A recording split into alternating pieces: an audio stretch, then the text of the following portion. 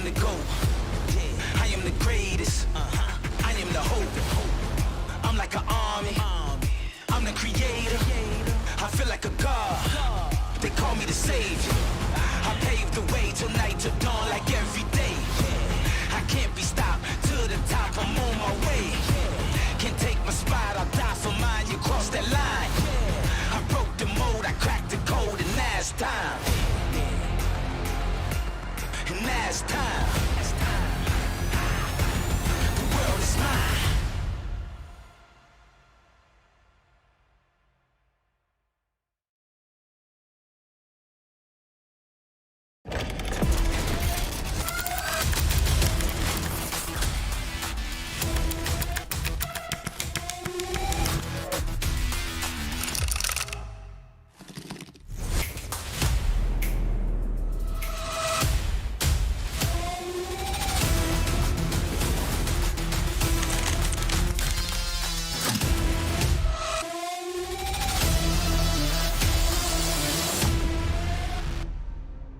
This is the mouse that we all needed to come out, The power of the Viper.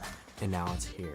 The shape itself, ambidextrous, symmetrical, it feels great in my hands. They managed to deliver a good quality feel and lightweight frame. Now they've come back with an improved Switch. Boy, oh boy, are they clicky. So something like accidental double clicks really aren't a thing. TLDR, it's the fastest, most reliable wireless gaming mouse on the market to date. And this is my favorite mouse of all time.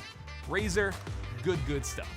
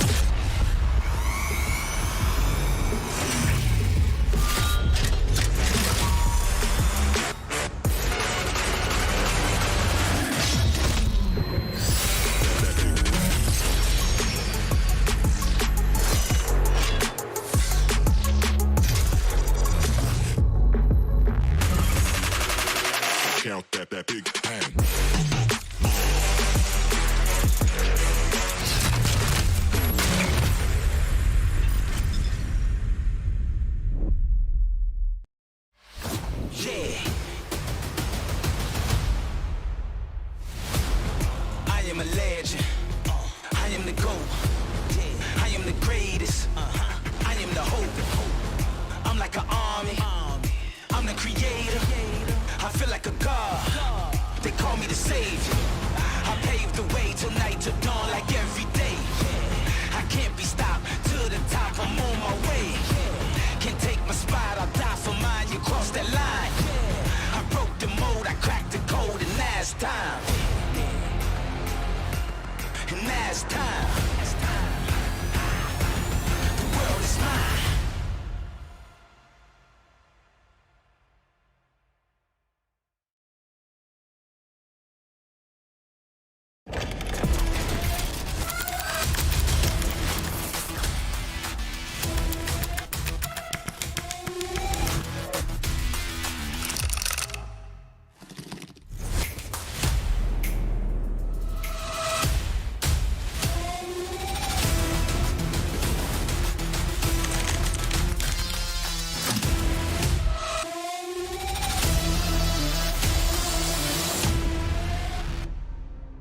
This is the mouse that we all needed to come out, The power of the Viper. and now it's here.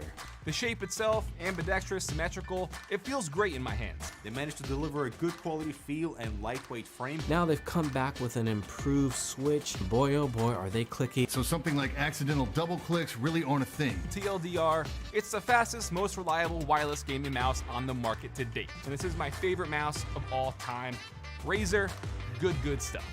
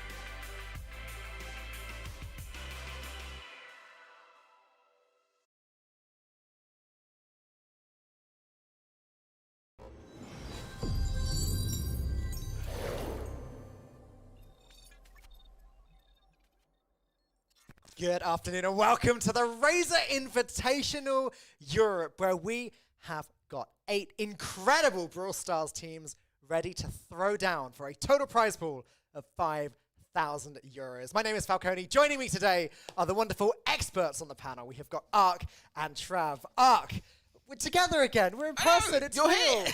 Look, I can touch you. It's lovely. How are you doing today, mate? Doing great, doing fantastic. Very much looking forward to seeing some thriving teams make their mark. I mean, it's a big prize pool as well to consider. They've got to bring the fire today, and there's some big contenders in this competition. And of course, we're also, like I said, joined by the wonderful Trav. Trav, it's your second LAN event. You've grown through your casting career. A bit of a weird time, but here we get to meet you. We get to hang out. You excited to be here? Yeah, I mean, I'll say I went to my LAN more recently, but I am very thrilled to be here once more. Get to finally meet you two in person as well, which is it's obviously going to be a highlight of a career. That. You, of course. Yeah, no, we're really thrilled to be here. Obviously, this is the Razer Invitational Europe, so huge shout out to Razer for putting this event together. And this is a pretty good time for me to give another shout out to RazerCon 2021. You just saw the ad a few moments ago. It's coming the 21st of October. It's going to be all online on the same channels that you're watching this on right now, whether you're on Twitch, YouTube, Facebook. Just come back here on that day. There's going to be a keynote from the CEO of Razer. There's going going to be special appearances from some of your favorite streamers like Sneaky, Courage JD, Cloaksy, and Paladin Amber. Lots of cool stuff there, and of course giveaways. And speaking of giveaways, we're doing some giveaways today as well. If you type in, I believe it's !giveaway in chat, there's a nice little Gleam giveaway, and I think to enter that, it's going to be a little bit of retweeting on Twitter, a little bit of following on Instagram, that kind of thing, but you could win some fun Razer gear, and free Razer gear. It's always good, right, Ark? I've been very fortunate this year. My entire shoe is now kitted up with Razer stuff. So, I mean, I'm no complaints there whatsoever. It's really made a big difference on the impact that I've been able to do with the productions that I do. So, yeah, absolutely. Get involved in all that stuff because, you're not going to regret doing so whatsoever. It's been fantastic. What yourself? You got any gear at home, Trav? Oh, I mean, yeah, I've been using the Razer gear for, multiple years now. Ever since I got my PC, it's all been Razer peripherals. And I must say this chair is rather comfy, I'm not going to lie as well. So, so you you might know have to pick one of them up as in well. a few weeks when a Razer chair just appears in Trav's backdrop, you'll know why. Right, I think we should probably take a moment to talk about the tournament. Like we said, €5,000 prize pool. Very, very cool. A little bit of different format to what you're used to. Usually in Brawl Stars, we have, best out of 3 in one set. So you'll play the map up to 3 times and then maybe best out of 5 sets, that kind of thing. But today, we are just looking at best out of 5. What we've been saying between ourselves, best out of 5, best out of 1. What does that mean, Ark? Like, just put it to us simple. Yeah, it'll be throwing through the rotation quite quickly in terms of maps and modes. It will be going straight from one game mode into the next, as opposed to having best of 3 games in each game mode. So yeah, we can fly through things pretty quickly for the most part. Quite varied in that respect. Very varied, and also not so varied because Trav, we're playing the same maps all day, right? Yeah, exactly. I mean, it's going to be, it's going to be quite good to see how the meta kind of varies between the different teams. I feel like that's something that I really look forward to. And I mean, we've got a couple of different regions. We've got some ECA teams coming in as well. And I know their playstyle's slightly different, so it's definitely going to be good to see how it varies a bit. Yeah, absolutely. I believe we're kicking things off with Bounty on Dry Season before moving on to Siege on Factory Rush. And then it's Brawl Ball on Sneaky Field. And they are the first 3 games in every single match today. So you're going to be seeing those quite a lot. Like you said, maybe we'll get a little meta developing. Also, no Brawler bans today, which is a little bit different as well. So we anticipate seeing a lot of Ashe and a lot of Byron, as they're pretty dominating at the moment, right, Ark? Yeah, I would say so. I mean, ultimately, we may see others kind of slide their way in. I mean, Meg obviously is a brawler which hasn't really been seen that much competitively yet. I'm personally really excited to see how that brawler may fit in amongst some of these maps and modes. But, Belle's still in a great spot despite that recent nerf. There's Brock, dominating pretty much every game mode and every map at the moment. So definitely going to be some brawlers that people are going to have to be taking into consideration here. All right, Trav, let's talk teams. Because we have got 8 teams. You mentioned, some from ECA, all of that good stuff. Why don't you talk me through? I'll put you on the spot. Talk me through your highlights. Which are the teams you're most excited to see today? I mean, it's European region. It's really hard to ignore AC Milan, Clash, and SK Gaming. They're the 2 dominant teams in the region at the moment, and with World Finals coming up, they could possibly be solidifying their spot as the top 2 in the actual world as well. So it's going to be really exciting to see those teams. Believe they're on opposite sides of the bracket as well, or they're at least going to be meeting in the semi-finals. So it's definitely going to be exciting to see that the bracket develop a bit towards them. Absolutely. I don't believe I mentioned yet. This is going to be single elimination today. So this is the round of 16. Tomorrow we're going to be doing this is the round of 8, isn't it? My mistake. Top 8 teams today. Tomorrow we're going to be going through the quarterfinals and then the semi-finals and the finals. So very exciting. It's do or die. It's win or go home. And I believe we're not going to be talking for that much longer because the very first game is going to start really soon. It's going to be FA Verified up against Bunker Rog Esports. So we're looking at remind me of the pronunciation because I got this one wrong, Ark. It's Jaime. Jaime, yeah. Jaime, there we go. See, I want to say say Jamie. Jaime, Fede, and BKR Boss up against Niso, Ashil, and Darkoom.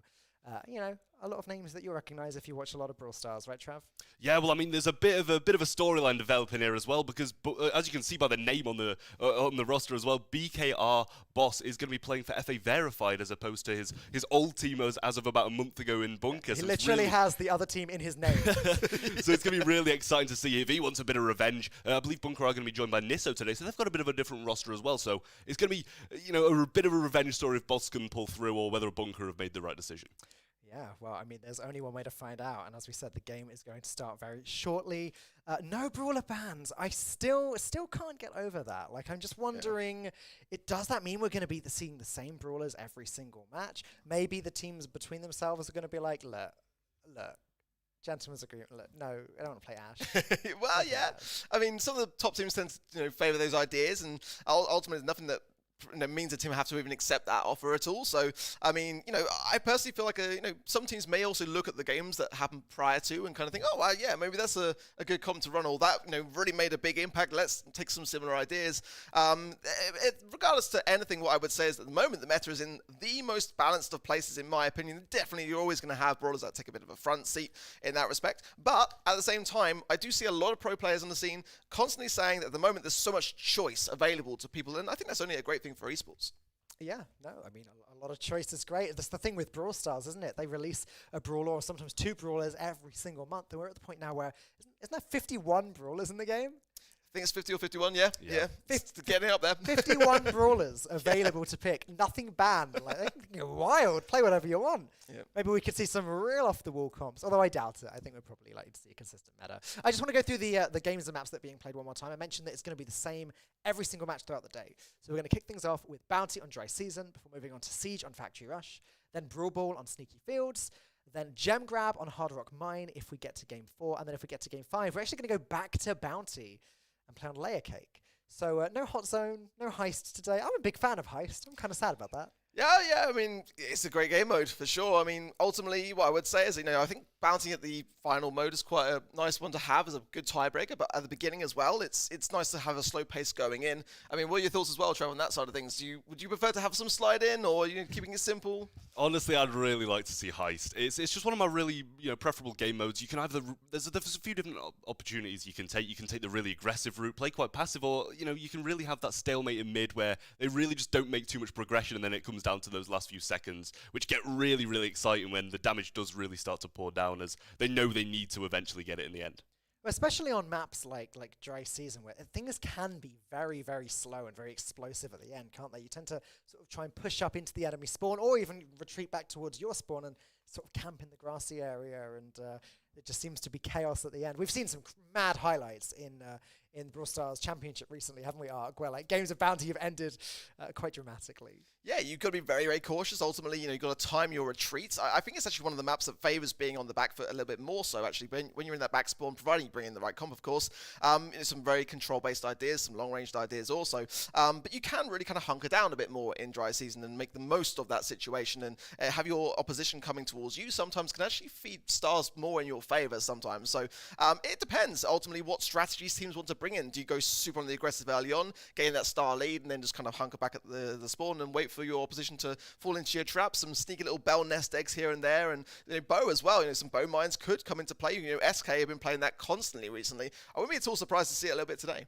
Well, while we're waiting for the first match to start, I'm going to put you two on the spot, as you're the experts here, of course, right? Okay, so you're playing Bounty on Dry Season. Okay, it's best out of one. You play one game. What comp do you bring? Who are you playing? I'll take it away first. Yeah. I'll say, as Ark said, the bell does come in clutch so many times with those nest eggs, but I do really like to see throwers coming in as well. And a lot of teams do take the aggressive route, which makes the throwers a little bit dangerous. But when you bring the tick and the sprout in and you do get the early control and you can get behind those offensive walls, there's not really much pushing you out if the bell can assist you as well. The marks come in also, and you get the damage amplification coming through. And then they're really in a dangerous spot if they want to keep the lead. Okay.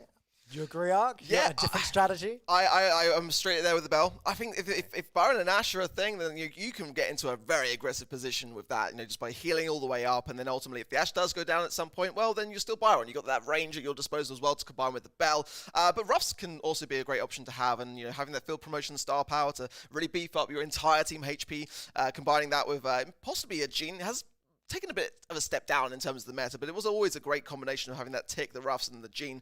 Again, like Leon as well is in a very dangerous spot. I feel like having the Lollipop drop as the gadget to then have that... That was a huge buff to Leon. Changed everything. Drop. Yeah. I think we should talk specifically about Ash and Meg for a moment, because obviously Ash has been available for Brawl Stars esports for the last month or so, but Ash has been banned a lot, so a lot of people watching may not have seen much Ash gameplay in competitive. Yeah. And Meg, obviously, brand new brawler, hasn't been in any competition up until now, so this could almost be her premiere in esports.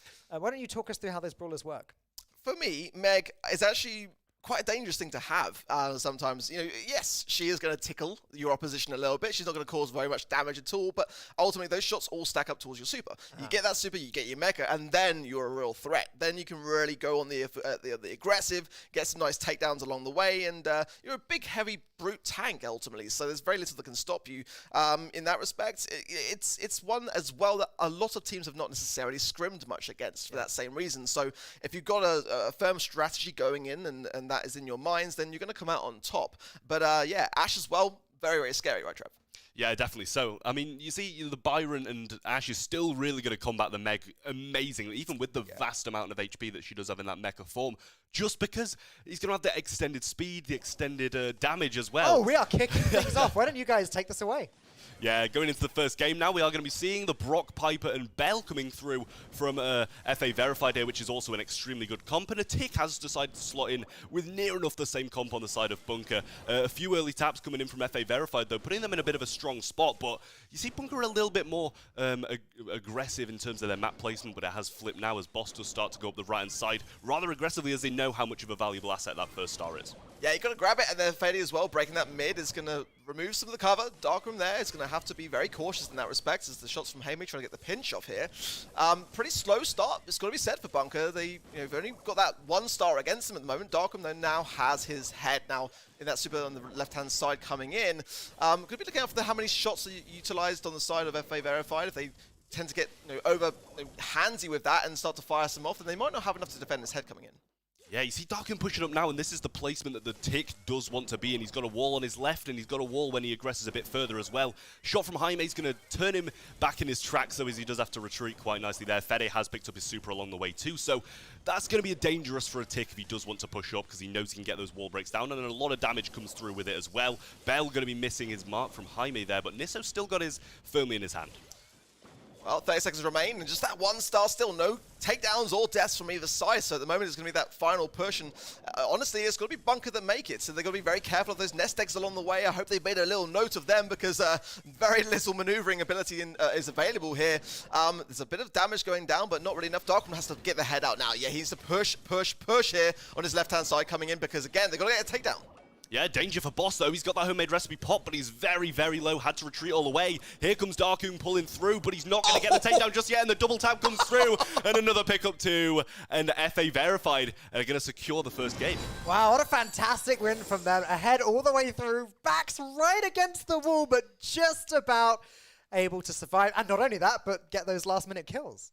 Is that the same thing we were discussing literally before going live into that game? You know, sometimes in dry season, you get the advantage by being first to the mark, get the star, and then let your opposition take the aggressive role. And those final takedowns had to be on point. They were on point. And as a result, yeah, a very convincing win. All right, well, that is Bounty done. Again, this is best out of 1, best out of 5. If you're used to Brawl Stars Esports, you'll know what we mean by that. And so we are going to move on to Siege on Factory Rush. So, Trav, what do you expect to see from this? Well, you see, this is one of the maps that did get added more recently back to the competitive pool. It has been in the past, but when it's been there, you know, you've had the brawlers like Brock who weren't as good as they are now. So I'm going to be seeing a break probably coming through. He knows he can get that center wall down, and along with Incendiary, he can get a lot of damage on the Ike too. We've seen Rico come in quite a lot, but one thing I do want to note is the Mortis has been a bit of a staple of this map in terms of Siege being able to play it and being able to take down the squishier brawlers which he usually brought through. And also, do you guys think that I wouldn't call it the most dominating win, right? Like that was a bit of chaos at the end again, as we say often happens with Bounty. Do you think we should take this first game and be like, oh, FA Verified are going to win this easily? Or do you think that it could still be pretty close?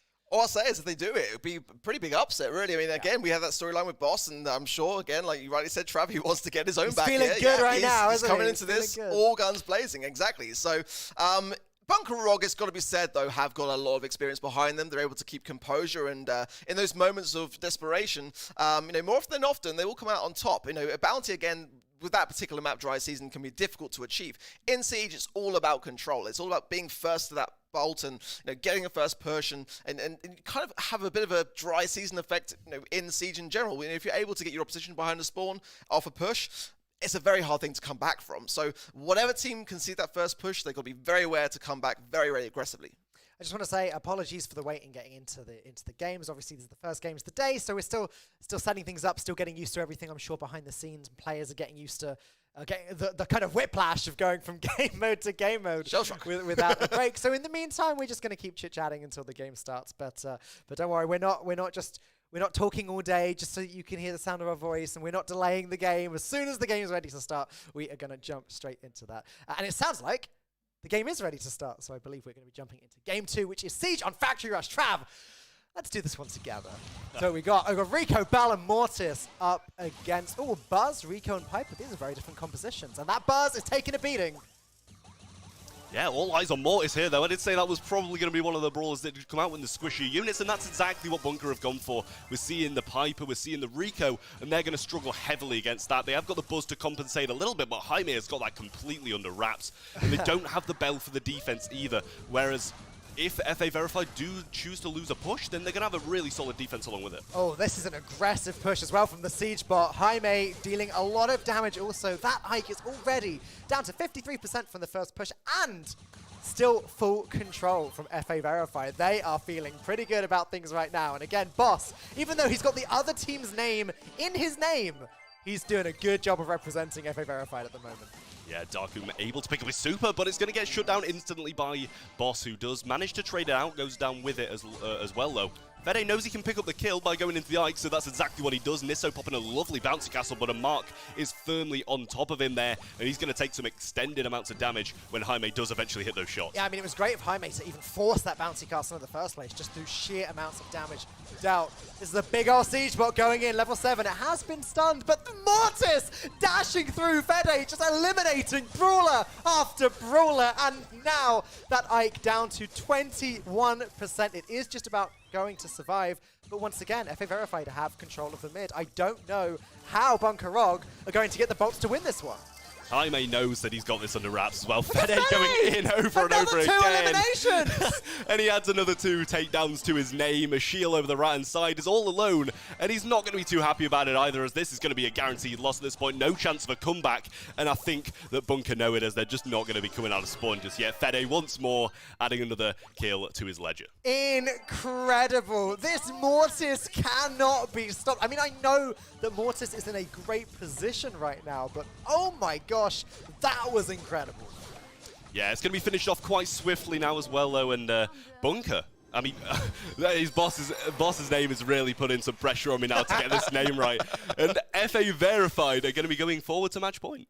Yeah, I was making that mistake earlier as well. When you see a team's name in the player's name, you expect them to be on that team, not on the team they're playing against right now. But Ark, while we were casting that, you were reacting like I wish we had like footage from you on camera, because every time that Mortis got an elimination, you were like, oh, Fede, mate. Oh, my word. What a lad. I mean, absolutely popping off. I mean, he's unstoppable. I mean, when he went for that rush on that right-hand side as well into the Ike radius, it's a dangerous place to be, but a calculated player knows what they're able to go in with and when it's going to go in their favor more often than not, and when it's not.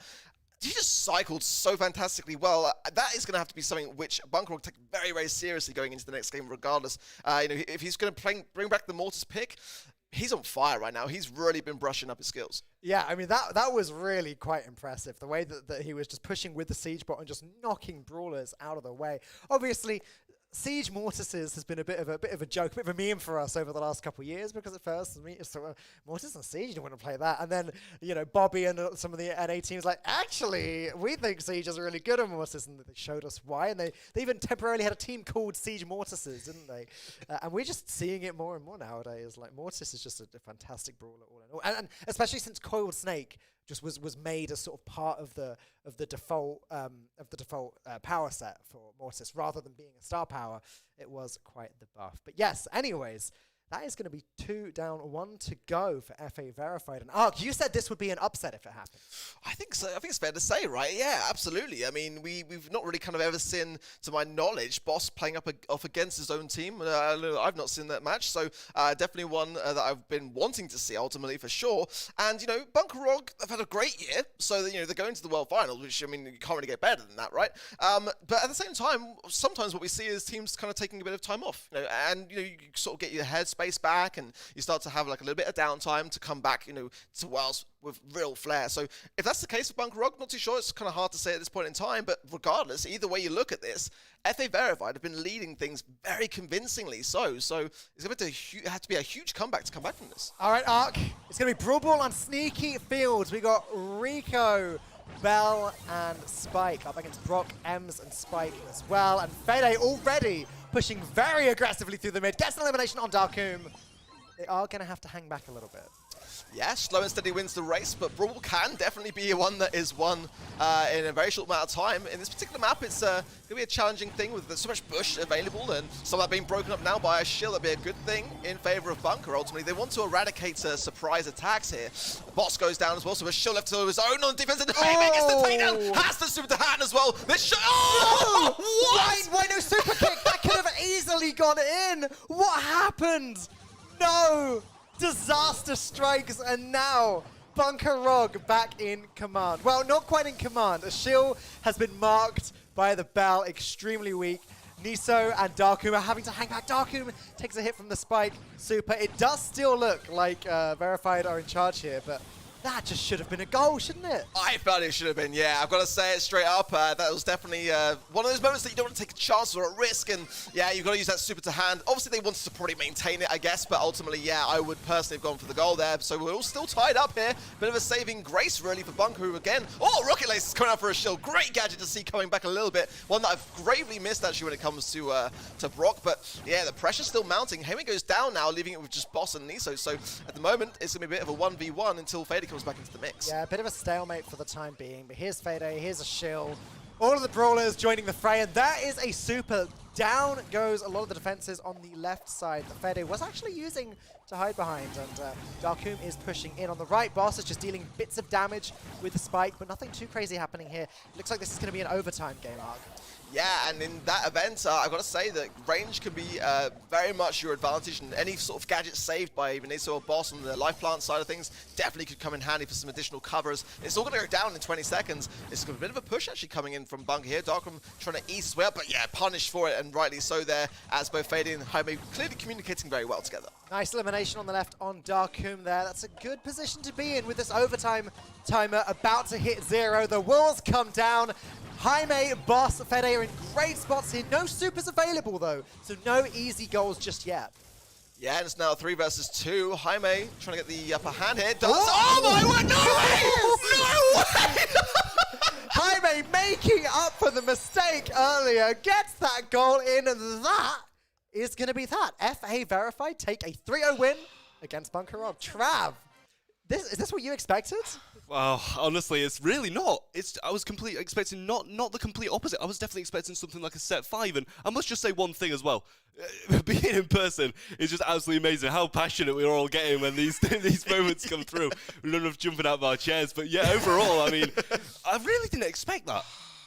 No. I mean, Ark, you said quite clearly. I think if FA Verified win this, especially if they win 3-0, this will be an upset.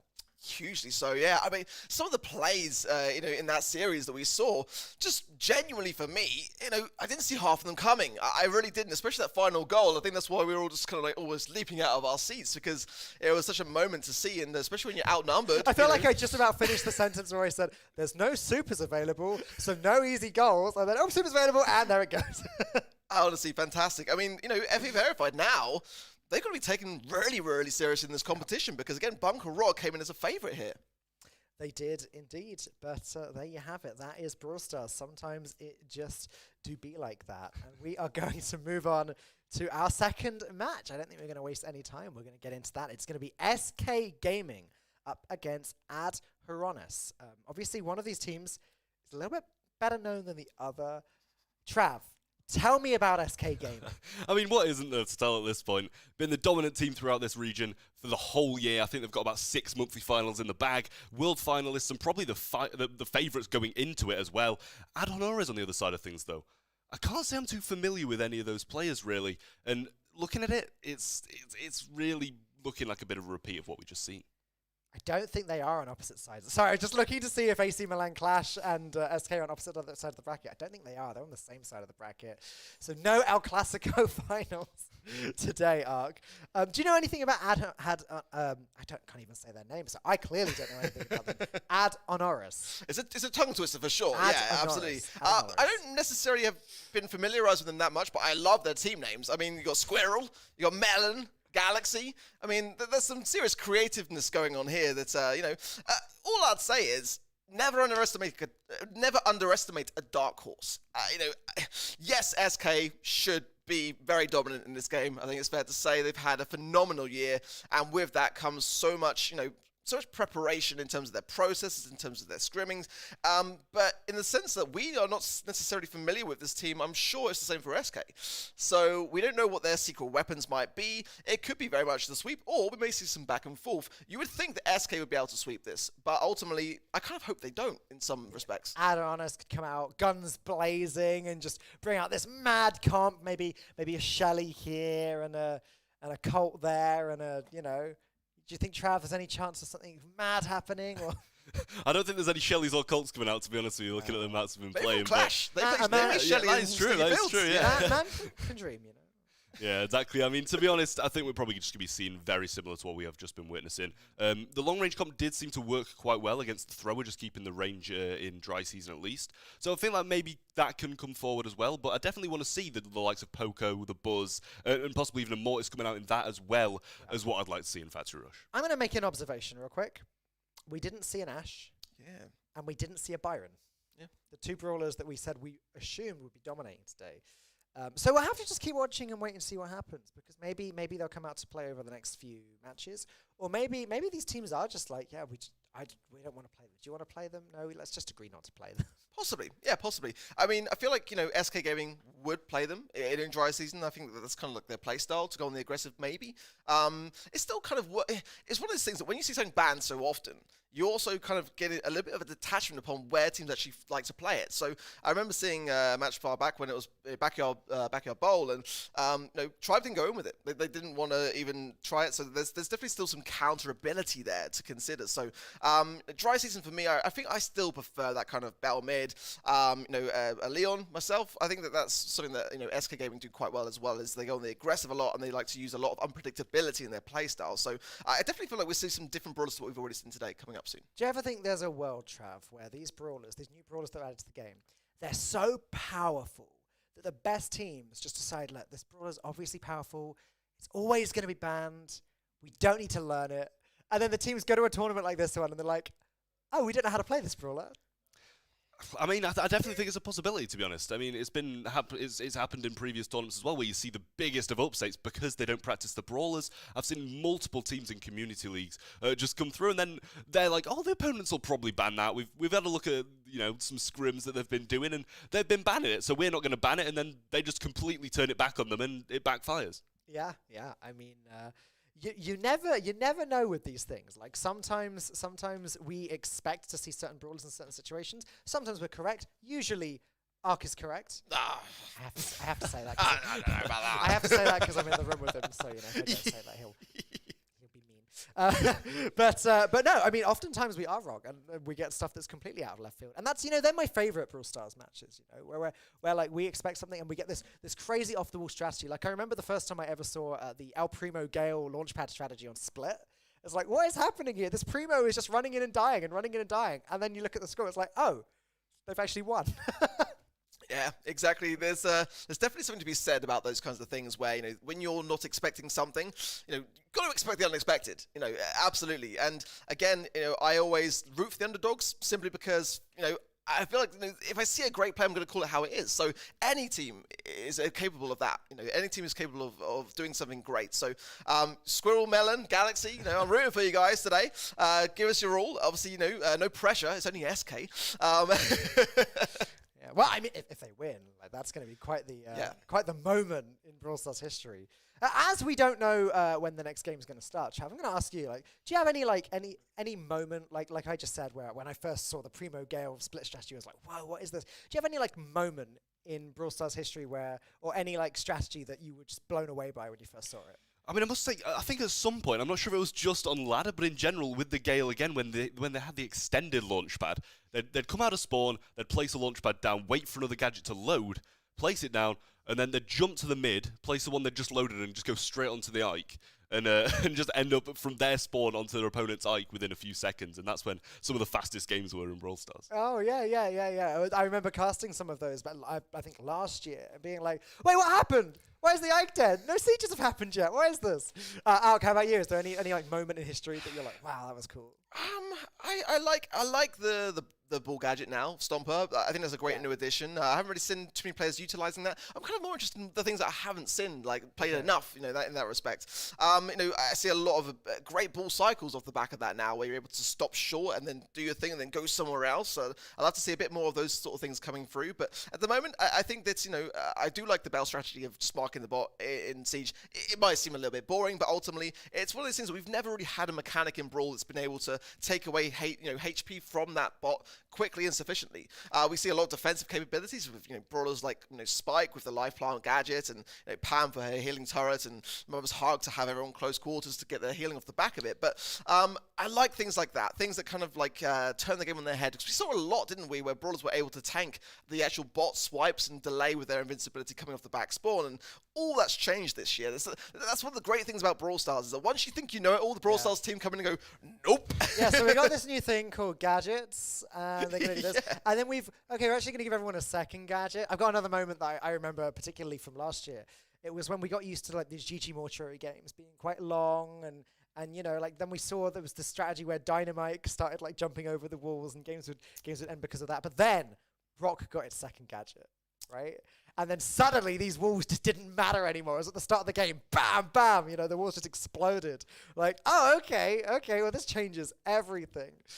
So that was pretty cool as well. Anyways, a little reminder, you are watching the Razer Invitational Europe here for Brawl Stars. These players are competing for a €5,000 prize pool. That's going to be split. First place is going to be getting €3,200, second 1,200, and third place is going to be getting €600, which means we're going to have a little third place playoff tomorrow as well. That's something we don't see all the time. I will feel bad for whoever comes in fourth place, because that always feels really rough in tournaments like this. It's definitely feels bad situation. Yeah, I mean, again, these are the best teams in Europe, and you got to come in prepared.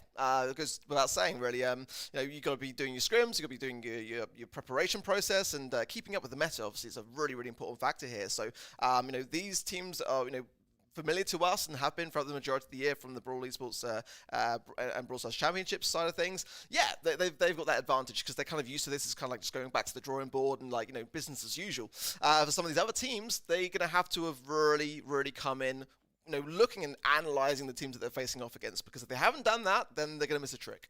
And Trav, do you know what? Something we haven't even mentioned yet. You used to be a pro player. Some people would say don't stretch that far, but I used to play competitively. You used to be a pro player. Inflame my ego. Number one global EU is sitting here, guys. Yeah, so before Rage, I might add as well. We weren't talking about you, okay? I know, but I need to say it. Back off for a minute. Let Trav have a moment in the limelight, all right? Trav, how do you think the players are feeling right now? So like a team like Adaranas, who they now have to play against SK. Like, what do you think's going on in the chest? Is that heart pumping? Like, I mean, I'll say it's the story of my life. I don't think there was ever a game where I was, the team that expected to win. So, at this point, they haven't got any pressure on them. They've got all to play for, and that's meaning they probably will give it all up. Will give their best. Okay, well, Byron coming out to play, but Ash is not. So, the long range side of things is going to be the mirror matchup here. Semantic on the Brock, and we know what he can do with that, and Skyrax going to be taking the role of Piper today. Jess on the left-hand side with the Byron already. Blue Star in favour of SK, and yeah, laying down some foundations, or taking away some, is Semantic with the rocket fuel there as well. So good early breaks, but quite a slow start. Yeah, definitely so, and this is where the stalemate kind of comes forward in, the majority of these bounty games, when the throwers aren't there, and, SK have just got the setup where they can just stand there, not really have to aggress too much because of the Blue Star, as Ark has just mentioned. It's such a large part of the bounty games after that change. Melon taking a couple of shots, but a homemade recipe from Galaxy came in, didn't connect with Jet, and then he has managed to pick up his super on the way, and so has Semantic, as a matter of fact. Yeah, good taps on the right-hand side there. Pausing back then. Again, just teams looking for their supers. Nesteg going down from Squirrel. No Nestegs really other than that I can see on the field at the moment. So, but again, you know, SK are in this position where they haven't got to worry about that necessarily. They've got the lead and they're waiting for the advance, and time is ticking along this way as well, with Jetson able to continuously heal on the right-hand side, and a bit of a miss there. I think the homemade recipe just coming short, but again, you know, SK are not looking very deterred right now.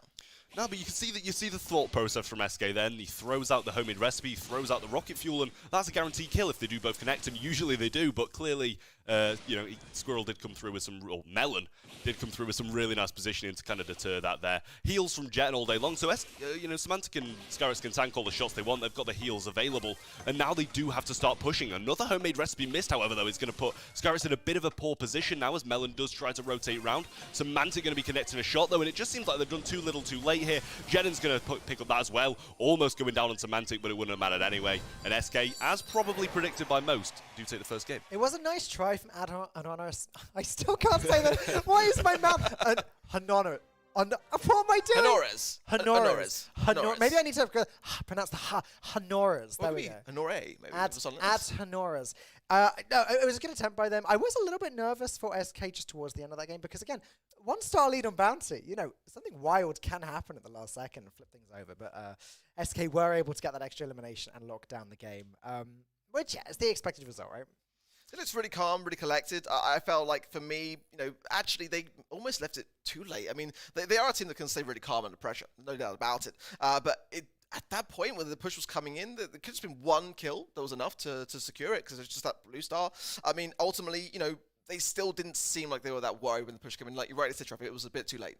Yeah, too little too late from their opponents there. I feel like, you know, Jen had the heal available. They have to do something quite early because he's just going to be spamming shots on his teammates, throwing the splash down on himself, and that's a good amount of HP right there. So they're going to have to connect shots simultaneously, and it just seemed like they just weren't doing that. And pushing later on into the game is also going to not give them enough time to hit those shots, even if they can't. Yeah, absolutely. I mean, SK just had that one locked down, you know? Like, Piper was there just firing the shots. The homemade SP, yeah, okay, sure, it missed, but, like, it wasn't really a big deal because Piper's just going to sit there and shoot as the other team's coming in. They got that first star. They put themselves in a good position, a good defensive, sturdy position, and they were able to take that one down. If you guys got any comments on the composition, or maybe the composition that Honora's brought? There we go. That's the key. I've got to pronounce the ha sound. Any comments on the composition that Honora's brought? Any surprises?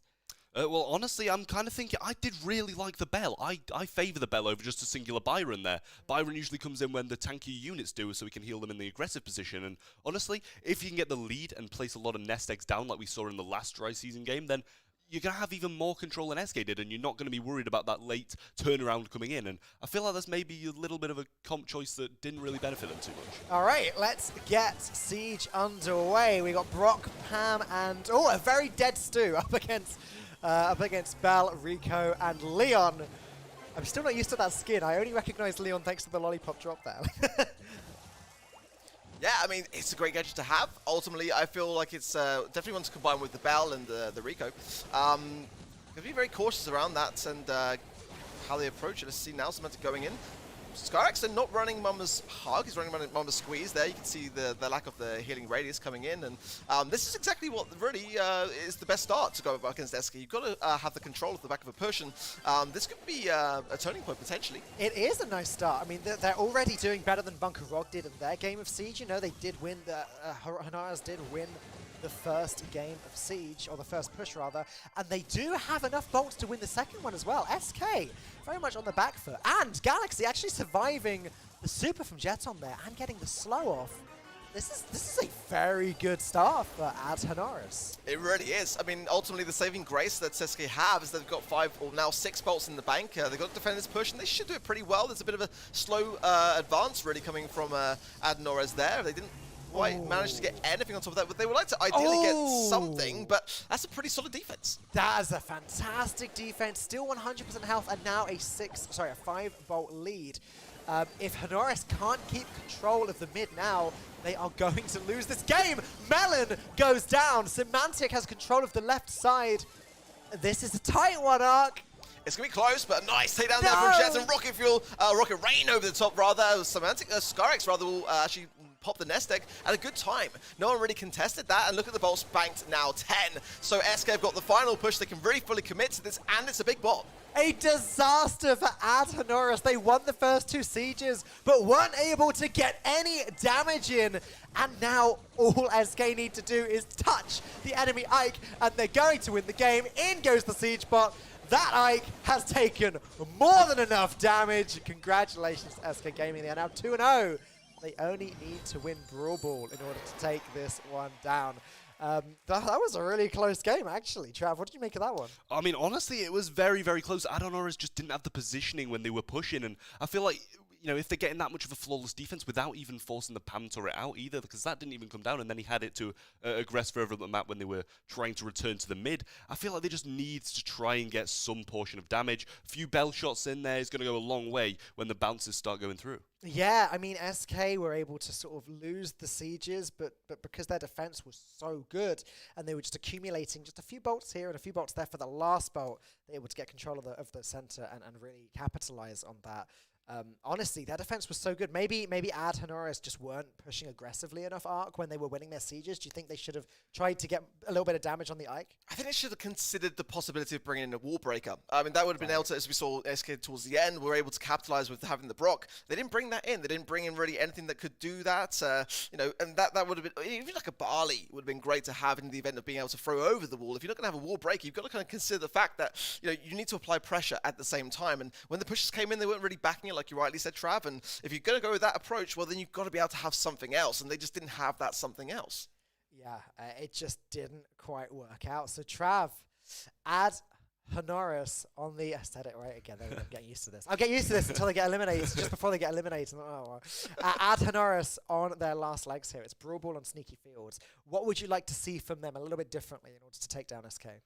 I mean, I'm thinking they're probably going to have to throw out like a Max and tank comp to throw a bit of a spanner in the mix. They need to go with something quite aggressive to take SK off guard, and I feel like maybe the Rosa with the slow paired with the Max speed can really amount to something amazing.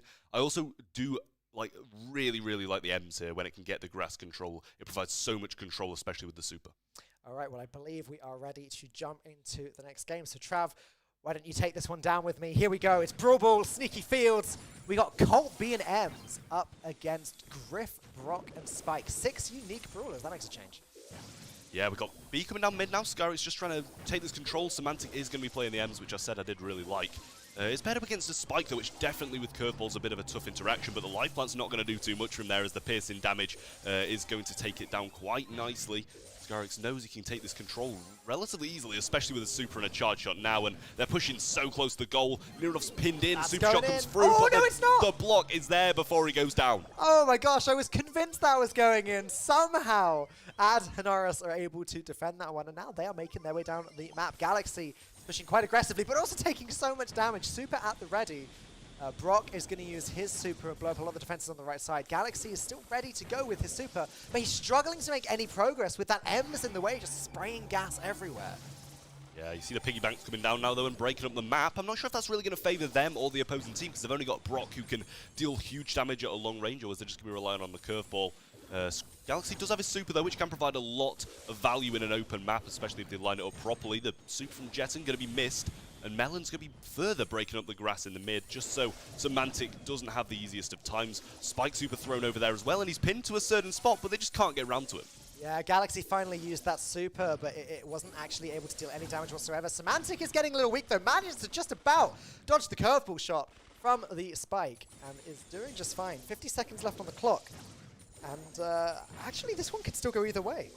Yeah, it's still 0-0 on the clock. Semantic with a super, though, and he's aggressing quite nicely. Brock shot takes him down, though.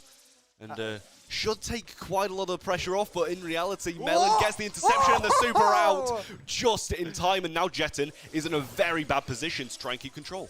That was a very nice defense there with that super shot to get that ball away. Right, Semantic now with Skyrick. Both have supers at the ready. They're passing the ball back and forth between themselves. It feels to me a little bit like, Trav, like they're waiting for those walls to go down. They're waiting for overtime so that one of these guys can just get a sneaky super in for an instant goal. 10 seconds left. They just need to try and hold the mid. Galaxy eventually going to launch his super out after near enough the whole game of having it. He hasn't really used it too much, and a cycle probably could have come in time, but they are lacking the pressure quite heavily now, but you've also got to watch out for these super shot passes that come through in the overtime, as all three of them do have it charged. They've all been holding it as well. Like, they've had these charged for quite a while. They've been waiting and waiting. Semantic is going in. It's going to fall down. Colt going to use up the super. It does manage to get 2 eliminations. Only Galaxy left defending. That's 3 brawlers down. Jeton has an open goal. There it goes. SK Gaming are going to take the match. Whew. Well, actually, again, that was pretty close. Ads Honoris, considering the team they're up against, I don't think they've got anything to be ashamed of, Ark. I don't think so either. They did pretty well. What I felt they lacked was the aggression. And, you know, an SK are a team which are able to really find the balance between aggression and also being able to be still in control when they're aggressed. So, you know, if they were able to find that within themselves, you know, mid-match to really start to fight back, you know, SK like to, you know, really come back themselves in that respect and counter them. But I think all things considered, I mean, SK are the giants of Europe. I mean, it was always going to be a really uphill struggle. Yeah, of course it was. And Trav, I think we really did see an idea in those games of just how good SK are. Like, maybe they didn't seem like the most dominating, like one-sided, yeah, the game's over immediately type of ordeal. But as far as like sort of control in game went, it just seemed like SK had a better idea of what was going on at any given time and just, yeah, better control of the situation. Do you agree? The thing is, you don't really have to absolutely walk over a team to be the dominant team. We saw a straight 3-0 when they were very much in control of everything that was happening. And that's all you need in Brawl Stars. You need to be composed when you're under pressure. Composed, that's a good word. Composed when you're going forward. And that's exactly what they do. They take advantage of the mistakes of their opponents, and they triumph because of it. Exactly, yeah. I mean, I think composed is such a good word because just thinking back to the game of Siege, right, where they were technically behind, they lost the Siege, they lost the second Siege, they stayed composed, they got their defense, they made sure that they could get control of the mid again when they needed it, they didn't panic, they were just able to very calmly take the game, and I think that's what we're SK are good at. We're going to be seeing them again tomorrow for the quarterfinals arc. Again, we should mention, of course, we're doing the top 8 teams today. We're going to be moving on to the quarterfinals, semifinals, and finals tomorrow. So so far, ARC, FA Verified, and SK Gaming have qualified. Yeah, and that's a really interesting prospect, isn't it? I mean, you know, who doesn't like to see, you know, SK and again, you know, Boss getting himself out of the position that he was in and, you know, showing his former teammates that, you know, he still means business. I think it's a great thing. I'm sure with so many more stories develop throughout the course of today. Gotta say, when you mentioned about composure, I can literally, my spidey sense is tingling. I can hear cursed in the chat. So always never lose composure, always keep composure. It's like the European kind of chant that we have in Brawl. But yeah, I mean, I'm really curious now to see how the rest of the teams are going to fare. Will we see that El Clasico between SK and Clash, or will we see some upsets tomorrow as well? I mean, it's really exciting to see. We'll be finding that one out much later. We do have FA Genesis versus EGN Esports coming up next, but I believe first we are going to go to a very short break, so do not go anywhere. Plenty more Brawl Stars action coming up after this.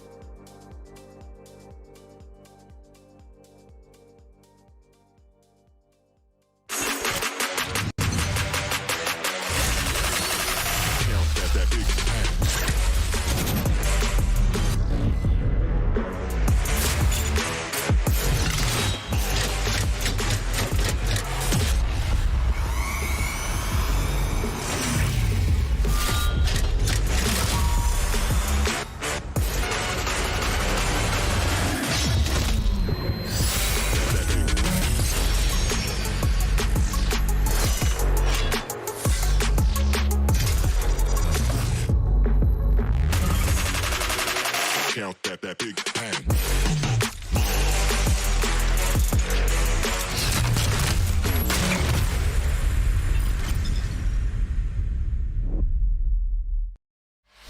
Yeah. I am a legend. I am the GOAT. Yeah. I am the greatest. I am the hope. I'm like an army. I'm the creator. I feel like a god. They call me the savior. I paved the way till night to dawn like every day. I can't be stopped. To the top, I'm on my way. Can't take my spot, I'll die for mine. You cross that line. I broke the mold, I cracked the code, and now it's time. And now it's time. The world is mine.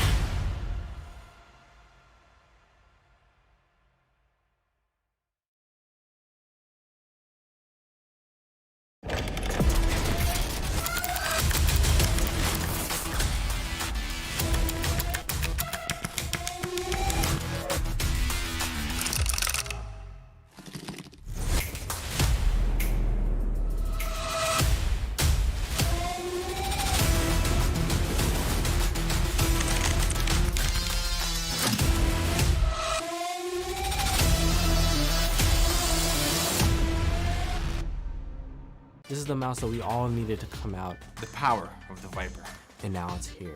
The shape itself, ambidextrous, symmetrical, it feels great in my hands. They managed to deliver a good quality feel and lightweight frame. Now they've come back with an improved Switch. Boy, oh boy, are they clicky. So something like accidental double clicks really aren't a thing. TLDR, it's the fastest, most reliable wireless gaming mouse on the market to date. And this is my favorite mouse of all time.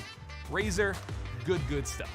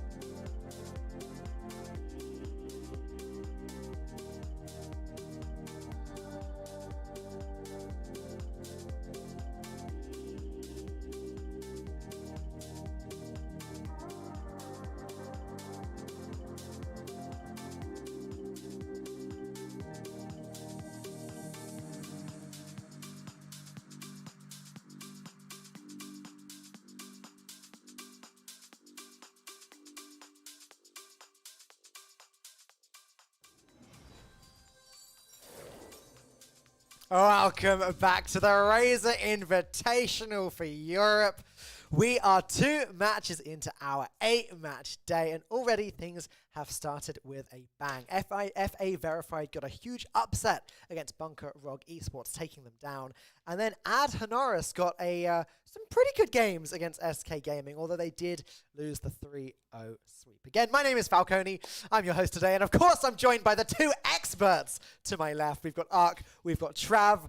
Ark, what do you make of the game so far?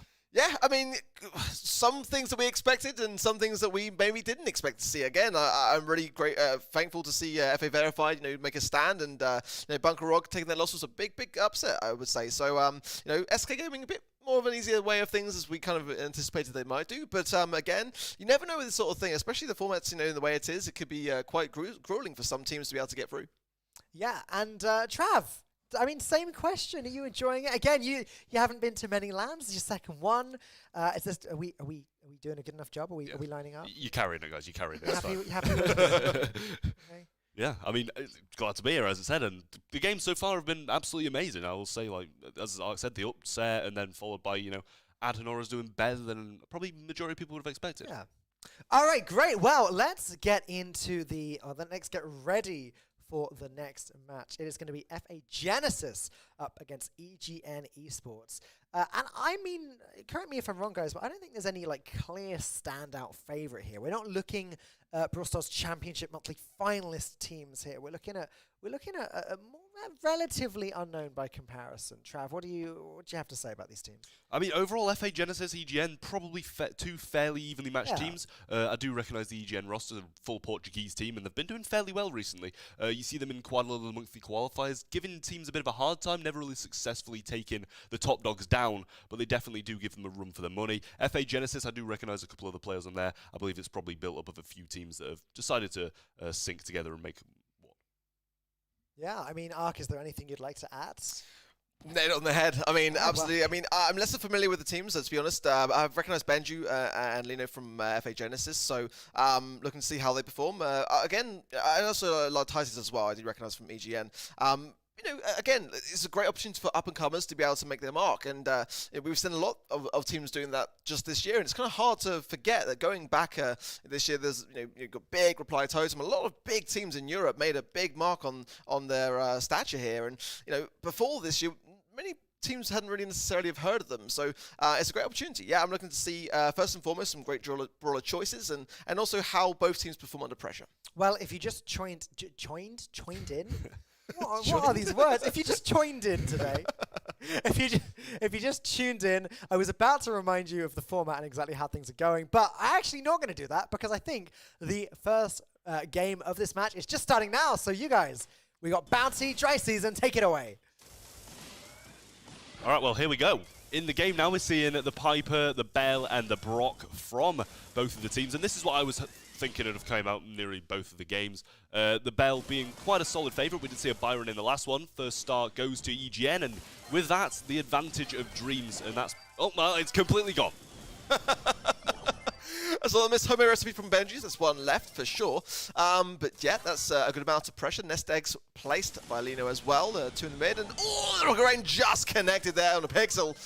Takedown is there, and there's the third nest egg going down as well. So a good amount of early pressure for sure. And again, those nest eggs could definitely favour, on the back foot going in, and another takedown is there. There's 8 stars with the blue star. Their 7-star lead.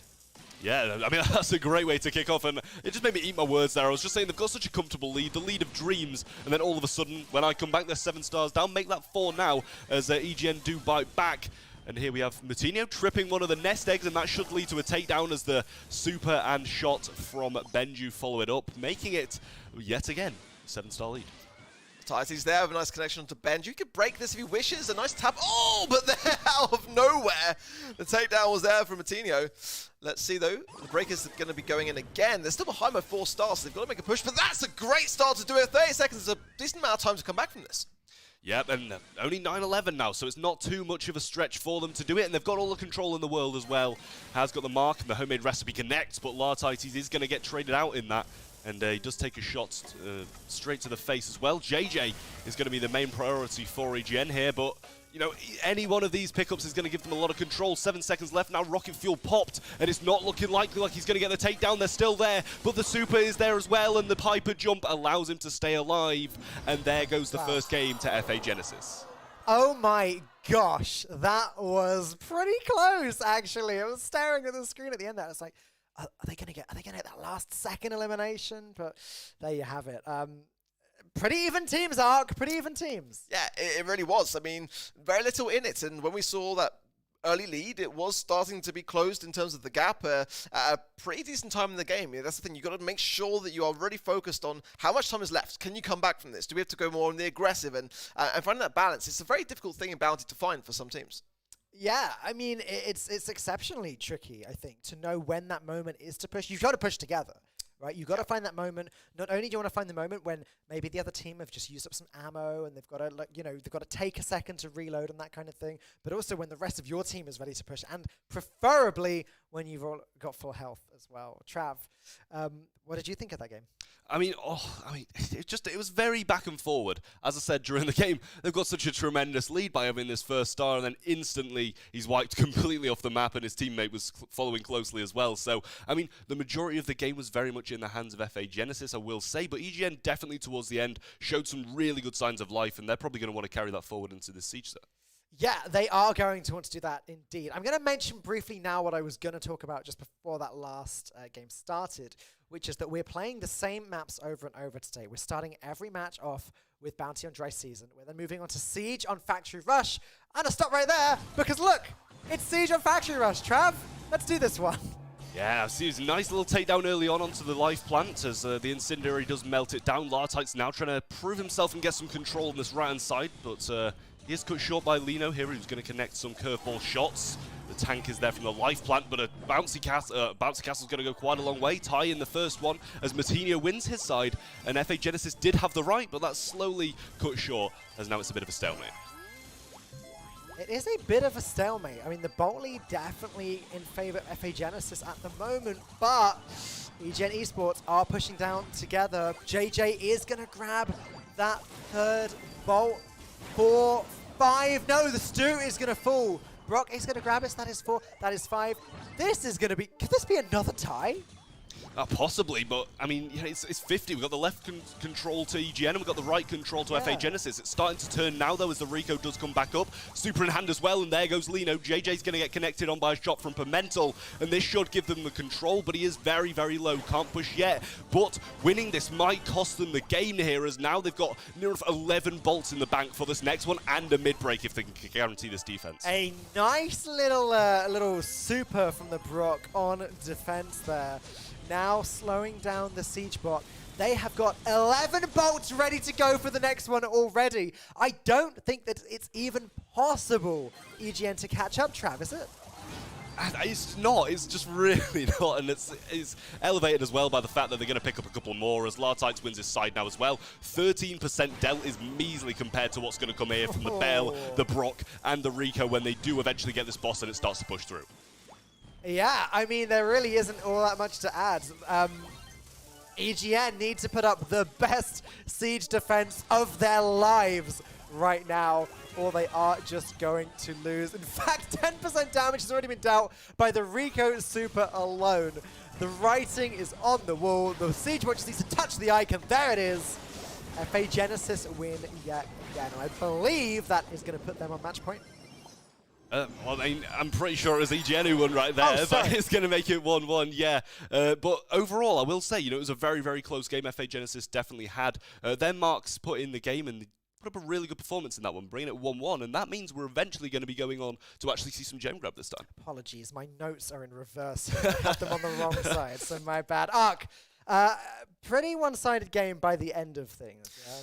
You can be very, very careful in Siege. You know, you've got to be paying attention to the bolts, and again, you've got to communicate with each other to make sure that, you know, if you're going to lose a round, that you're trying to at least reclaim back something. Again, it was a really, really smart break of that defensive barrier there from the Brock going into that defense, because ultimately it was an investment that was going to come back around full circle later on, and it meant that when that third and final push was theirs, as again, the bolts were starting to indicate, they were able to really, really inflict a ton of pressure.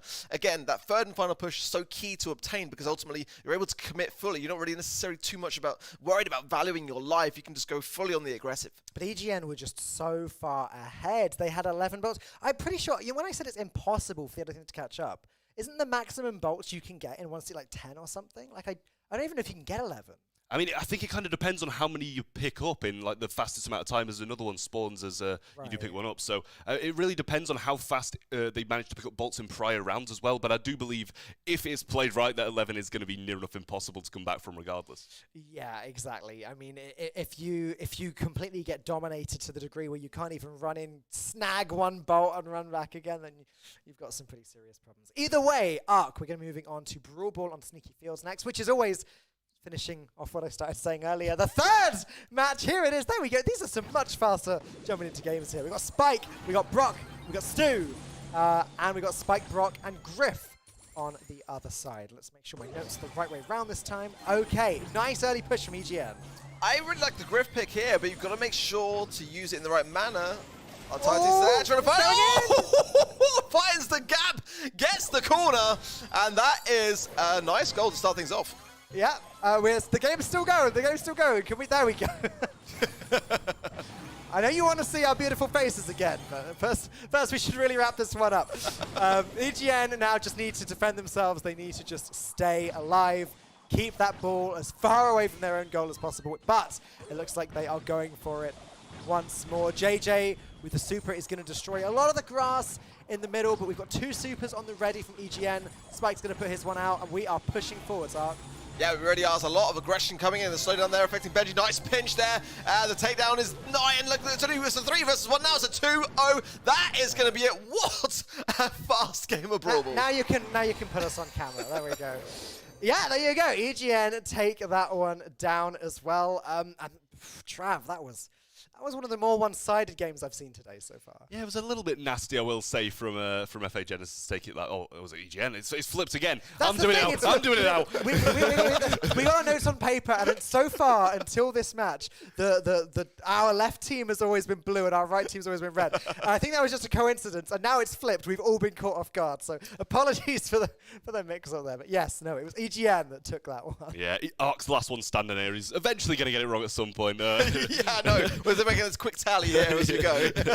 Yeah, but I mean, EGN taking quite a convincing win there, I will say. So, I mean, pretty nice plays all around from them. It was a very well-rounded performance overall, and there's just really not much to complain about from them there. FA Genesis definitely maybe just need to be a bit more aggressive off the start. As I feel like literally by the time we were loaded in, they were all pretty much gone. Just so we're all on the same page here, scores 2-1 for EGN. All on the same page, which means for the first time today, we are going to see our 4th match, which I believe was Gem Grab on Hard Rock Mine. Yeah, and that's, for me, a really balanced gem grab map to have. I feel like it's definitely a favorite, isn't it? It is. It's going back a long, long way, way back into the days of beta, which seemed like such a long time ago now. But definitely, for me, one of the more balanced of the gem grab modes. So, again, those turning points are going to be so crucial. Are we going to see any kind of gene coming out of the mix? I personally like a Bow mid here myself, but I think, a bit more of Leon would go a long way. Byron and 8-bit is a really strong combo, which is going to be on the cards for this one too. So, there's a lot of potential to be able to, make a quick grab for the gems and use that cheat cartridge gadget to come swiftly back. So loads of ideas that teams have got to really play with here. Rico lane works great. Sometimes you can bring in a Razer if you really want to aggress, or Mortis. So much in terms of options here, really. You know who you haven't mentioned? Ash. Haven't mentioned Ash. We haven't seen Ash. Who is Ash? Is Ash real? I don't even know anymore. Trav, where's Ash? Oh, they're probably gentleman's agreement, isn't it, really? I mean, a lot of these teams are at the standard now where they will be, confident in their opponents if they do know them and know of them in the competitive scene, that it's not worth your reputation to be able to just play it when a gentleman agreement's in place. Okay, so we think that the players have all agreed. Don't play Ash. I'm a little bit sad that we're not seeing Meg as well. I mean, one of the fun things about Brawl Stars, obviously, new brawlers coming out all of the time. I love seeing this in competitive, but alas, it seems that maybe Meg and Ash won't be on the cast today. Wow, why don't you two bring us our first game of Gem Grab of the day? Yeah, we're going to be kicking off now. Lartite's pushing quite aggressively up the right-hand side to start things off. Lino just going to be chilling in that lollipop drop-in spawn there. Is lovely placement from JJ, I will say, and a lovely pickup along with it. Matinho now going to place a nest egg in a defensive position, as he knows that's going to cover him if JJ does choose to come around the right-hand side. And it is 2-2, so not doing too bad all in all. But JJ's going to put some bounces onto Lino, and now he's probably just about wasted invis if he doesn't pick up the Pimentel there, but he does end up doing it. And now, this is where the mid control really starts to tighten down. Yeah, this... Oh, I was going to say this position from JJ is great, but yeah, it was found very successfully. So, Lighthouse on the right-hand side getting some nice value. The bounty casters pop there. Also, Benji, though, comes back with one of his own on a cracking super. Didn't quite connect as much as he possibly would have liked there, though. But nonetheless, some really aggressive lane action as Lino is found there, trying to use that lollipop drop as that protective shielding and that unpredictability there coming into play. 3 gems sitting there, Trav.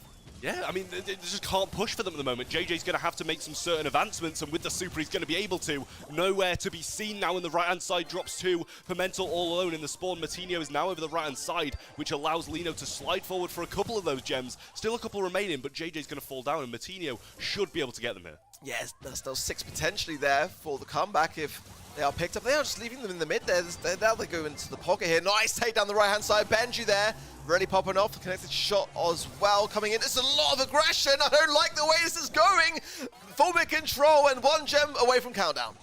Yeah, Lartite's gonna get a revenge kill though, and he does have the super as well, so he knows he's gonna have to push for the last gem, but he supers too late, and he already has the gem in hand. JJ with a gem over his head though, he's gonna have to be a bit cautious as they can reset this countdown if he does fall. He's gonna use that Invisa heal though as it does Gress now, which is definitely risky, but they pick up the gem carrier on the EGN side anyway, and we're gonna be going to a double match point.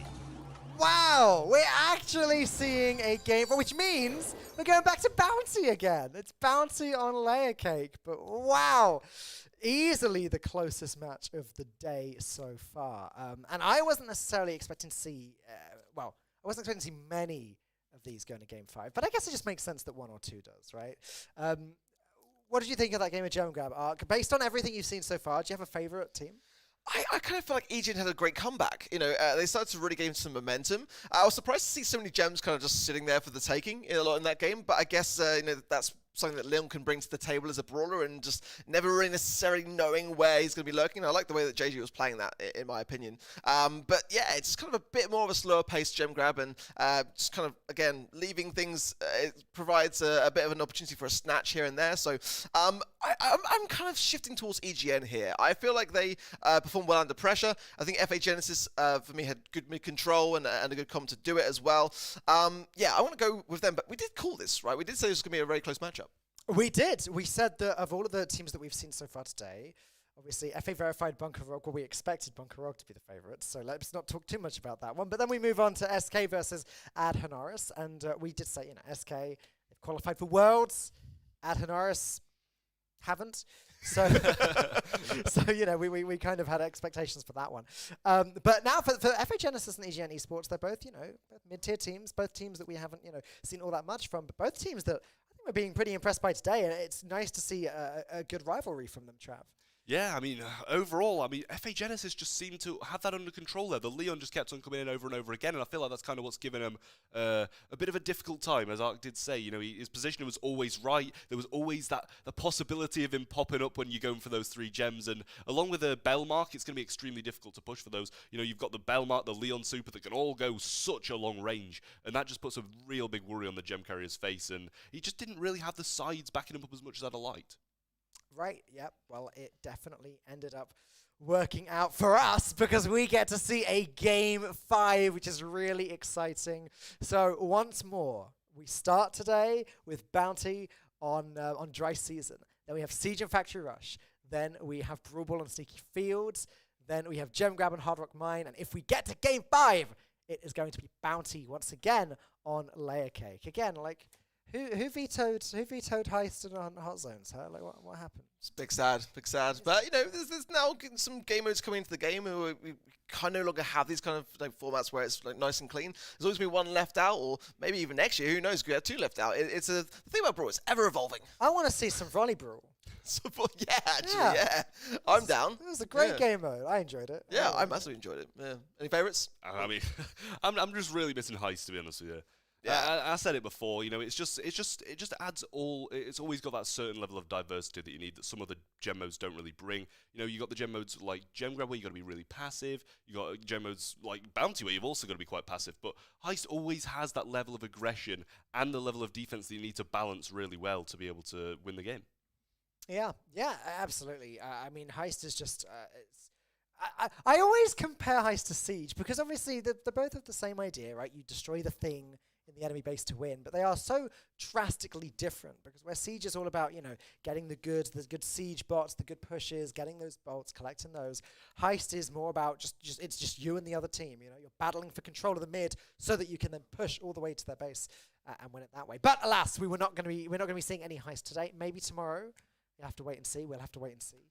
But for now, it is going to be Bounty on Layer Cake, not Dry Season. Dry Season was earlier. And Trav, it's going to be us covering this one. What do you think of Layer Cake?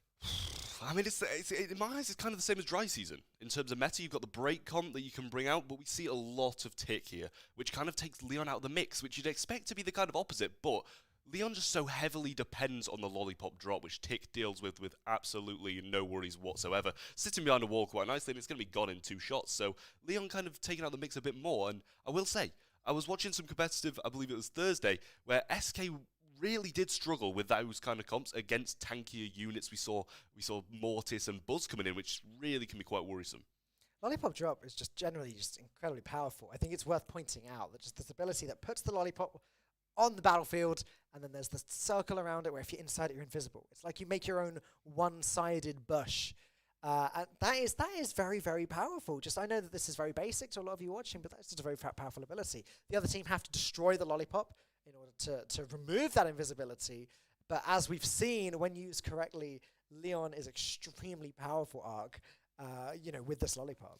Yeah, I mean, it's similar to Leon with Sandy. Any kind of invisibility cloak is going to give you an advantage, because when I'm playing it myself, sometimes I don't even move. I'll just or go somewhere where I'm least likely to be expected. And even just having your super is something which teams are going to be communicating amongst each other to say Leon has got super. So ultimately, you just never really know where they're going to be or when they're going to be there.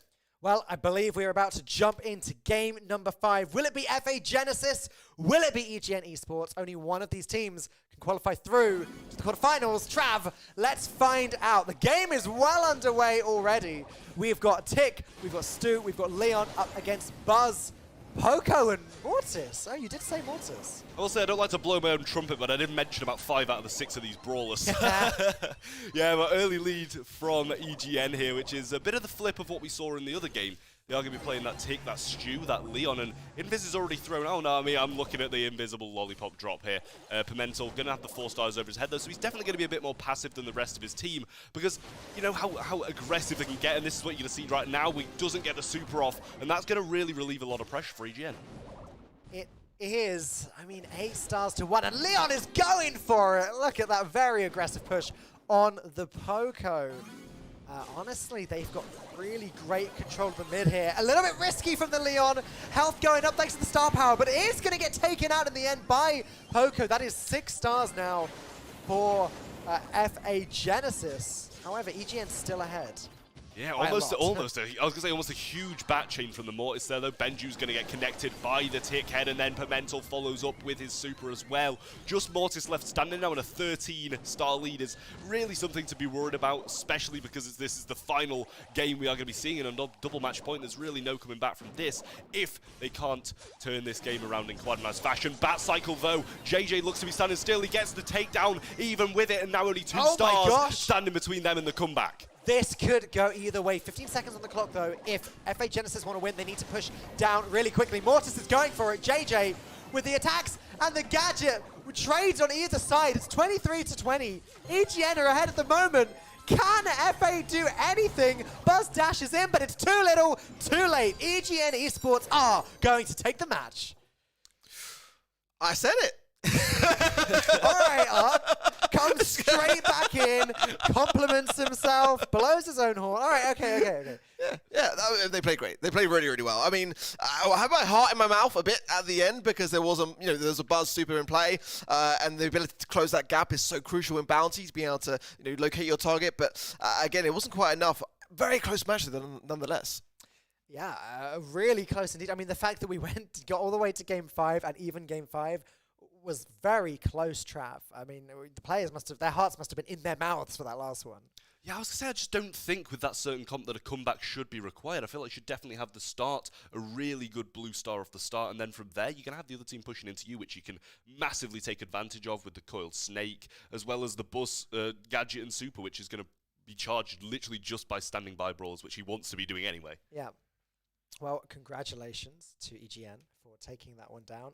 Exceptionally close match through and through. Both teams should be very happy with their performance. But yes, EGN will be joining SK and FA Verified as our qualified teams so far today.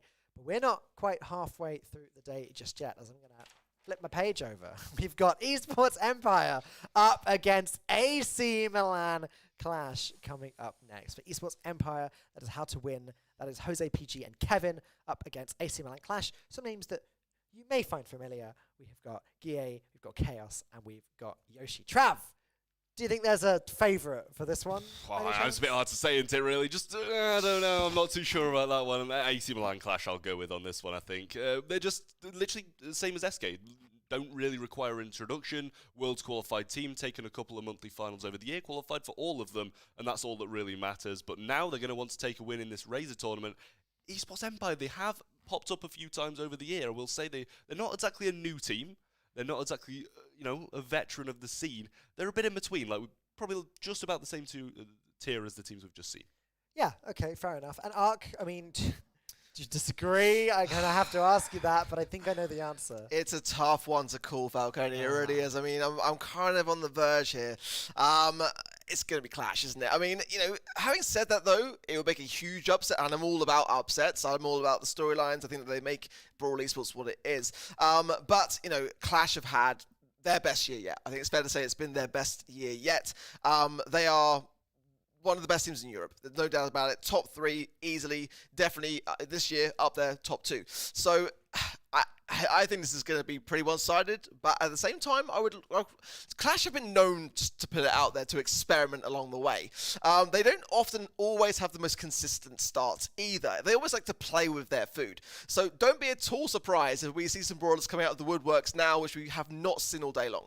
Just putting out there now. Yeah, well, maybe. We will have to wait and see. I will say, I'm looking at some of the names of these teams coming up in the next few matches.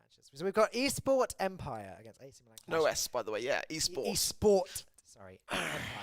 Up against... No, you said it right. It just makes me rage that they haven't put an S on Esports. But then, in the match we've got coming up after this one, we have got Final Stand Esports.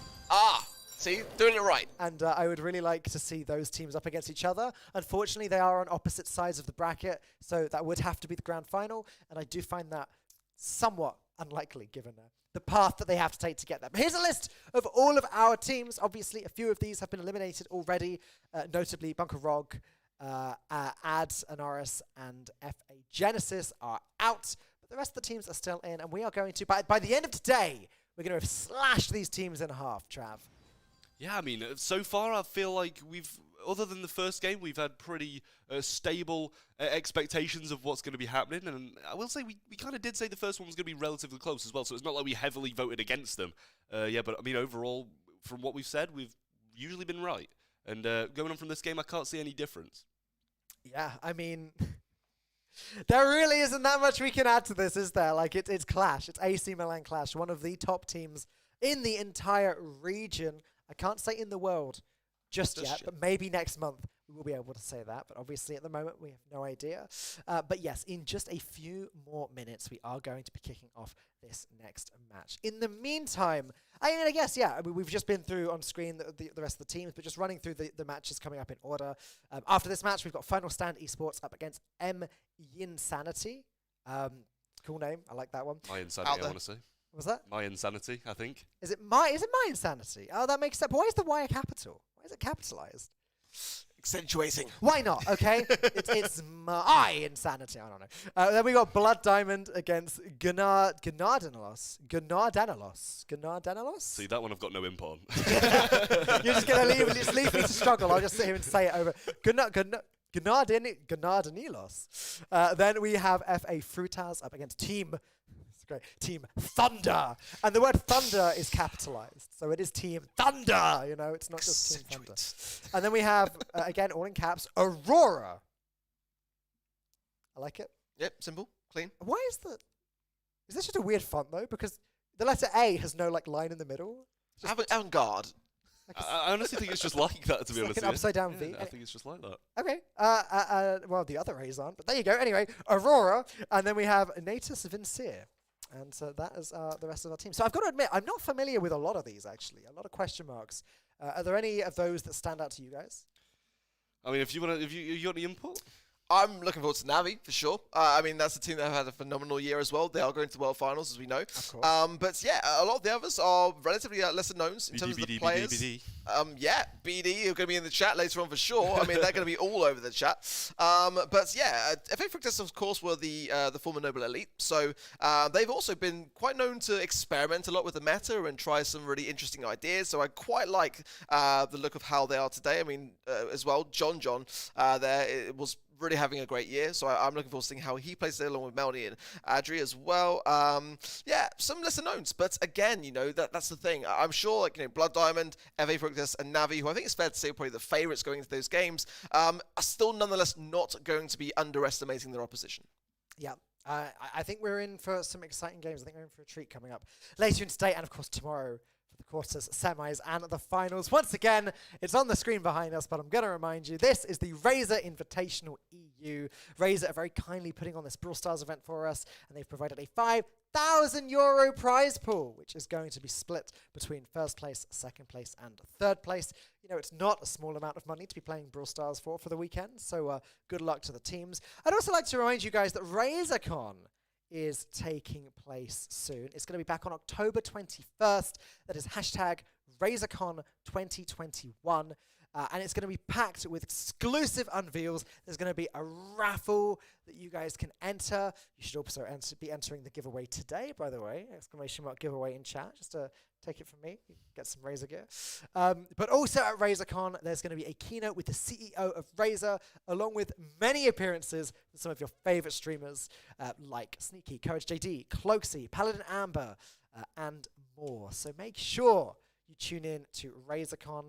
It's going to be, wherever you're watching this now, whether it's Twitch, YouTube, Facebook, wherever you've chosen to watch this now, RazerCon is going to be there as well. So yeah, get ready to check that out. And yeah, giveaways. In order to enter the giveaways, I think it's a Gleam link in Twitch chat. You click on it. I think you got to do some retweeting, do some following on Twitter, on Instagram, a little bit of Team Razer, a little bit of intel, and you could win some fun Razer gear. I wish I was allowed to enter those giveaways. Give it a go. Are we restricted? I don't think I'm. I'm hoping not. I've already entered, so. Oh, wow. Wow. You act fast. Get on it, Falcone. Yeah, definitely. I mean, we are surrounded by, it's quite cruel, actually. We are surrounded by awesome Razer gear in this room. You know, whether it's the Razer blades in front of us that we're using to help out with our notes, whether it's the keyboards and mice and headsets that we're wearing, the chairs that we're sitting in. I'm very envious. It's very familiar. It's like being at home. This is literally what I sit and cast with. So I mean, this is no different really. But it's like a bigger table. This is nice to have all three of us hunkered over. It is. It's a nice big table. Yeah. Resorting to talking about the table here. Well, do you know what, Trav? You know what? I tell you what. If you want to resort to a conversation, it's your first time in Poland. What do you think of the weather? I mean, it's worse than England, I'll tell you that. At this point, I'm expecting it. Hang on. I think I just heard an angry production person. What?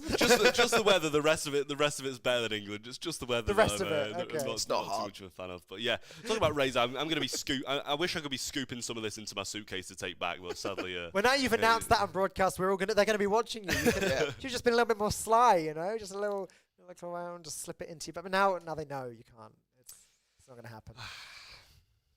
Failed the final hurdle, Trav. You know, you failed, mate. You failed. But yeah, I mean, it's again really, really great equipment. You can win it yourselves by participating. So you know, absolutely get involved in that side of things. It's will genuinely help out so much if you're looking to get into maybe some content creation, or if you're looking just to kind of maybe just play Brawl Stars more casually in a comfortable chair. You know, all that kind of stuff. You know, get involved. You know, I'm vouching for it big time.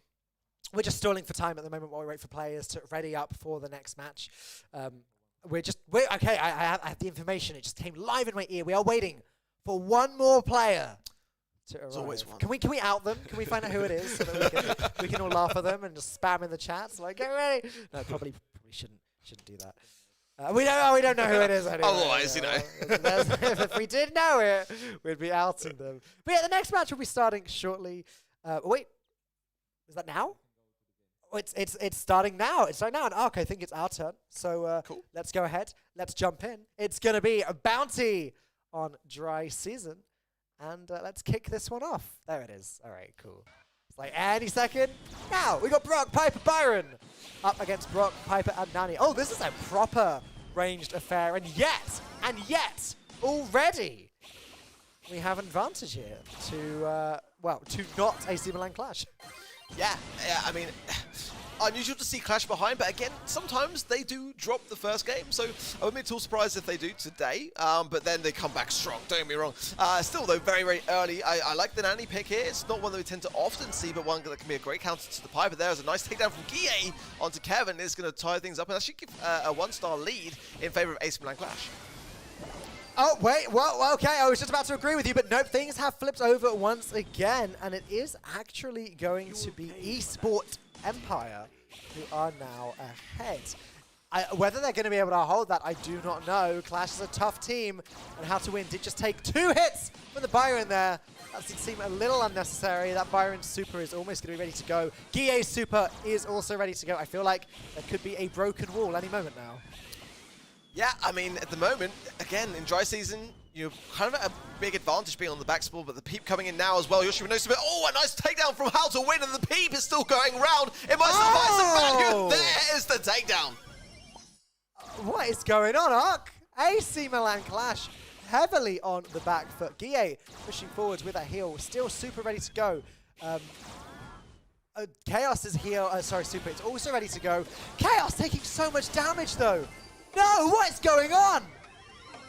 Yoshi's too weak, he can't even contest this. It's just Guille alive, and How to Win has got his super. He's going to use it there to get away from the harm and the hazard of the situation.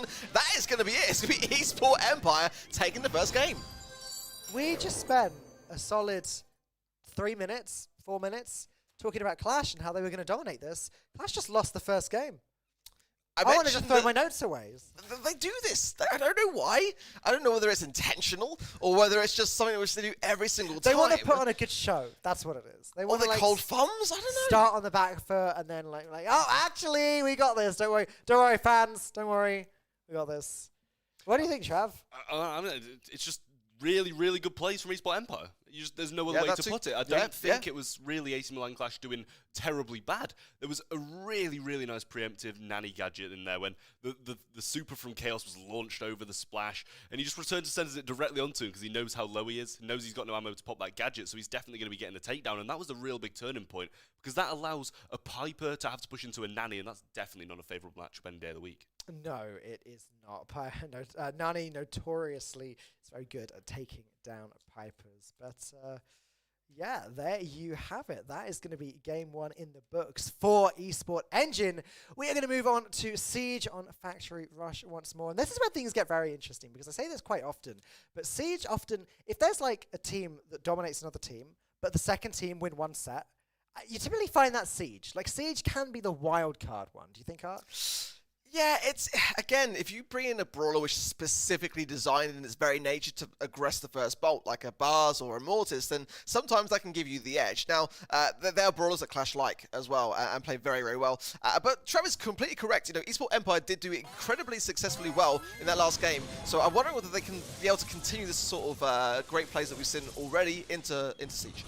I like the stew. I really, really like the stew, but an amazing bouncy castle is going to completely negate all value just hit onto Chaos. Jose's going to win the right-hand side, and Guille's going to assist the left so Chaos can take that down. But Kevin and Jose PG just holding down so well, allowing a 2-push off the start, and the Brock Super's there as well. Well, coming in now. He would be a pretty decent brawler to have here on the defensive. Look at Guille just shooting over the top and a lovely connection with Kevin there. I like the way that he anticipated that push coming in and he got value for it. The bot now connecting, however, and it is a pretty decent amount of damage. It's got to be said for what was a pretty measly push. Yeah, I mean, Belle's still got the control as well, super in hand, so we know she can pull off an amazing defense. But Chaos, all the control in the world on the right-hand side. How to Win managed to collect one on the left, but they're losing control at the worst time possible because now they're still going to be able to get all of these vaults and not drop any for the last. And the missed mark there from Kevin could be disastrous potentially if Lissy earns it back quickly. Nice pressure from Yoshi, but now getting some aggression of his own being faced towards him from Jose. He's going to be pushed back, but nonetheless, the class push coming in. And this is what we're saying about Kevin. He's got no mark to be able to mark the bot here. This is going to be a much harder defense. Yeah, I mean, he goes down as well, so not just the fact that he's not there, but the mid's broken and he's down. Incendiary can be thrown down onto safe from Guille as some shots come through. Chaos is the only one shooting at it just yet because Guille is healing up a little bit, but that is a vast amount of damage from one push. Guille's going to fall though, and they're in a 4 deficit here, so a swift push out from Esport Empire can really throw a spanner in the works. Yoshi's going to have to really land these taps, and the slider there could help to do it as Chaos there on the left-hand side, putting it down, a ton of pressure. Bowsy goes, oh, Chaos coming in clutch for Clash. They've got a lot of work to do with that. It's a good way to start doing it. Yeah, but Chaos goes down. That's going to stop him from banking that bolt. Is 5-5 now, though he needs to get over in time. 5 seconds hits, and he can't bank it. And that is going to be a Clash win as Guille banks that one and takes the 1-ball advantage to win the game. Though I gotta say, Esport Empire are gonna take the loss here, but nonetheless, they did really, really well to be able to come back the way they did. That final push could have been theirs there, but that is the way this one is gonna end. Clash, again, coming in strong in the second game. Well, that's more what we expect to see, right, guys? Like, that is the Clash that we know. Esport Empire struggling a little bit with Siege, which means this one is at least going to go to Game 4 once more. Another one that's not going to end with Brawl, or at least go to Gem Grab later on. But yeah, the score is 1-1. Any highlights from that game, Trav? Anything you really liked? I will say it was just the general start, I think, went so well for Esport Empire, but from there it was just a downhill fall because they just lost the 2 last pushes. And I feel like with Guille going down in the aggressive position, they definitely should have been able to relieve that control and get it back because they had a 5-1 lead as well. They had time to do it. They just didn't manage to get forward, and they were just taken down in the bad places, and then the tiniest milliseconds for him not to pick up that ball in time in the last portion. Do you think there's hope for Esport Empire? Do you think maybe they can pick this up again in Brawl? I feel there is. I mean, again, like, they played very, very well in Bounty. But as this pressure mounts, you know, Clash like to be able to start to, again, play with their food a little bit and work their way back in. And that was a convincing game for sure. They definitely learned from a lot of the mistakes. I like the B pick, actually. It's not kind of like the one that comes first to mind. Ultimately, you know, Bell is more favored just because you're able to mark the bot. But you saw there how it really didn't help Kevin. You know, in that same respect, you know, you got to make sure you've got that super to hand. It's such a crucial part of the defense. If you're not prepared to defend, then you're kind of preparing to fail. Yeah, I mean, that's true. That's how Brawl goes, you know. But also, like, if you're not prepared to be aggressive, you're also prepared to fail. Because that's something we see a lot in Brawl. We saw it earlier today even, where a team was set up to get that goal and then just didn't. Hopefully, we won't be seeing that in this game, but this game is just about to start. So, Esport Empire, AC Milan Clash, Trav. Let's see this one. We got Ems B Colt up against Bell, Stu, and Brock against 6 unique brawlers. And already, it's going to be Esport Empire getting that first elimination and getting that better position on the field. I was about to come in and say, oh, they're playing my trusty M's, but instantly just taken out. So I'm just going to retract that statement and say that I had absolutely nothing to do with it. Oh, Ems goes down as well. Kill comes through. Howtwin's there, but he's just not able to do too much. Guille gets the takedown regardless of the Gasser heal and manages to hold on at the 0-0 scoreline. Yoshi's going to be wanting to open this up a little bit more as they do have that B advantage as well, and that's going to be a heavy hitter if he does connect. 84 health is what B had when B got that elimination there. Jose is just going to spray rockets everywhere as it is going to be AC Milan Clash moving up the map. They've left the ball behind. They've decided they just need to get a little bit better control. They need to find some eliminations. They need to push the other team back before they can push that ball towards the goal. Chaos now just trying to push up bit by bit as he knows he has not got the range required to get through, and Stu's going to be quite a good counter against him even if he decides to switch. So they are going to do it, but still not the best matchups all round for Clash here. Colt's going to be struggling against the Brock quite a bit as well due to that explosion radius being increased. A lovely shot from Guille though, which is going to take Kevin extremely low, and the two sides clean up too with Chaos a nice little trade. And another trade as Kevin and Guille take each other down too. You can see by the scoreboard in the bottom right corner, it's 1-1 at the moment, and AC Milan Clash really do need to win this one. It would be a disaster for them as World Championship contenders this year if they are not able to win in the top 8 teams of this event. Yeah, we're seeing Yoshi taking extremely low though. Kevin on the right-hand side gets the pickup, and all supers are available. The break is going through, and they want him to push the ball, but he just doesn't choose to go for it. Guille staying at a good amount of HP, does just reject that opportunity. And now Jose still trying to get the pinch on, and Yoshi is not having a good time at all here. Yoshi goes down, and now Jose is in a great position. Actually going to go towards the ball, but Guille is able to just about find the elimination. But that one almost slipped through the cracks, Trav. To be honest, it's not the end of the world for eSport Empire to take this to overtime either, so I'm not sure why AQM are keeping it cornered so long. They've got an Ems, which is really going to suffer, and the Colt's not going to be able to beat the Brock lane either unless some miraculous mad play from Yoshi is there. The B obviously is going to come quite strong, and a lovely bait of super from the Stew as well, as Chaos does have to pop to get him out of there. He does have his super available and needs to keep his mobility high to be able to do anything in this overtime. That ball still sitting in the bottom right corner, just about obscured by the overlay, but there it is. And AC Milan Clash are going to need to do something now. They find the elimination on Jose. And they find the elimination on How to Win. It's only Bell remaining there, and Gear has decided, yes, it's time to get that ball and get ready to hopefully super kick it into the goal. Yeah, as soon as they advance over this midpoint of the map, they're going to be trying to put all the pressure on, and Super's available for Guille, but just not his teammates, which means they're not going to be able to make a lovely pass play unless it's a quick 1-2 at close range. Guille does have a super, so he needs to be slowing down these opposing players, otherwise they're going to be aggressing rather hard. How to Win still got his super, and he still hasn't used it for a large portion of time here.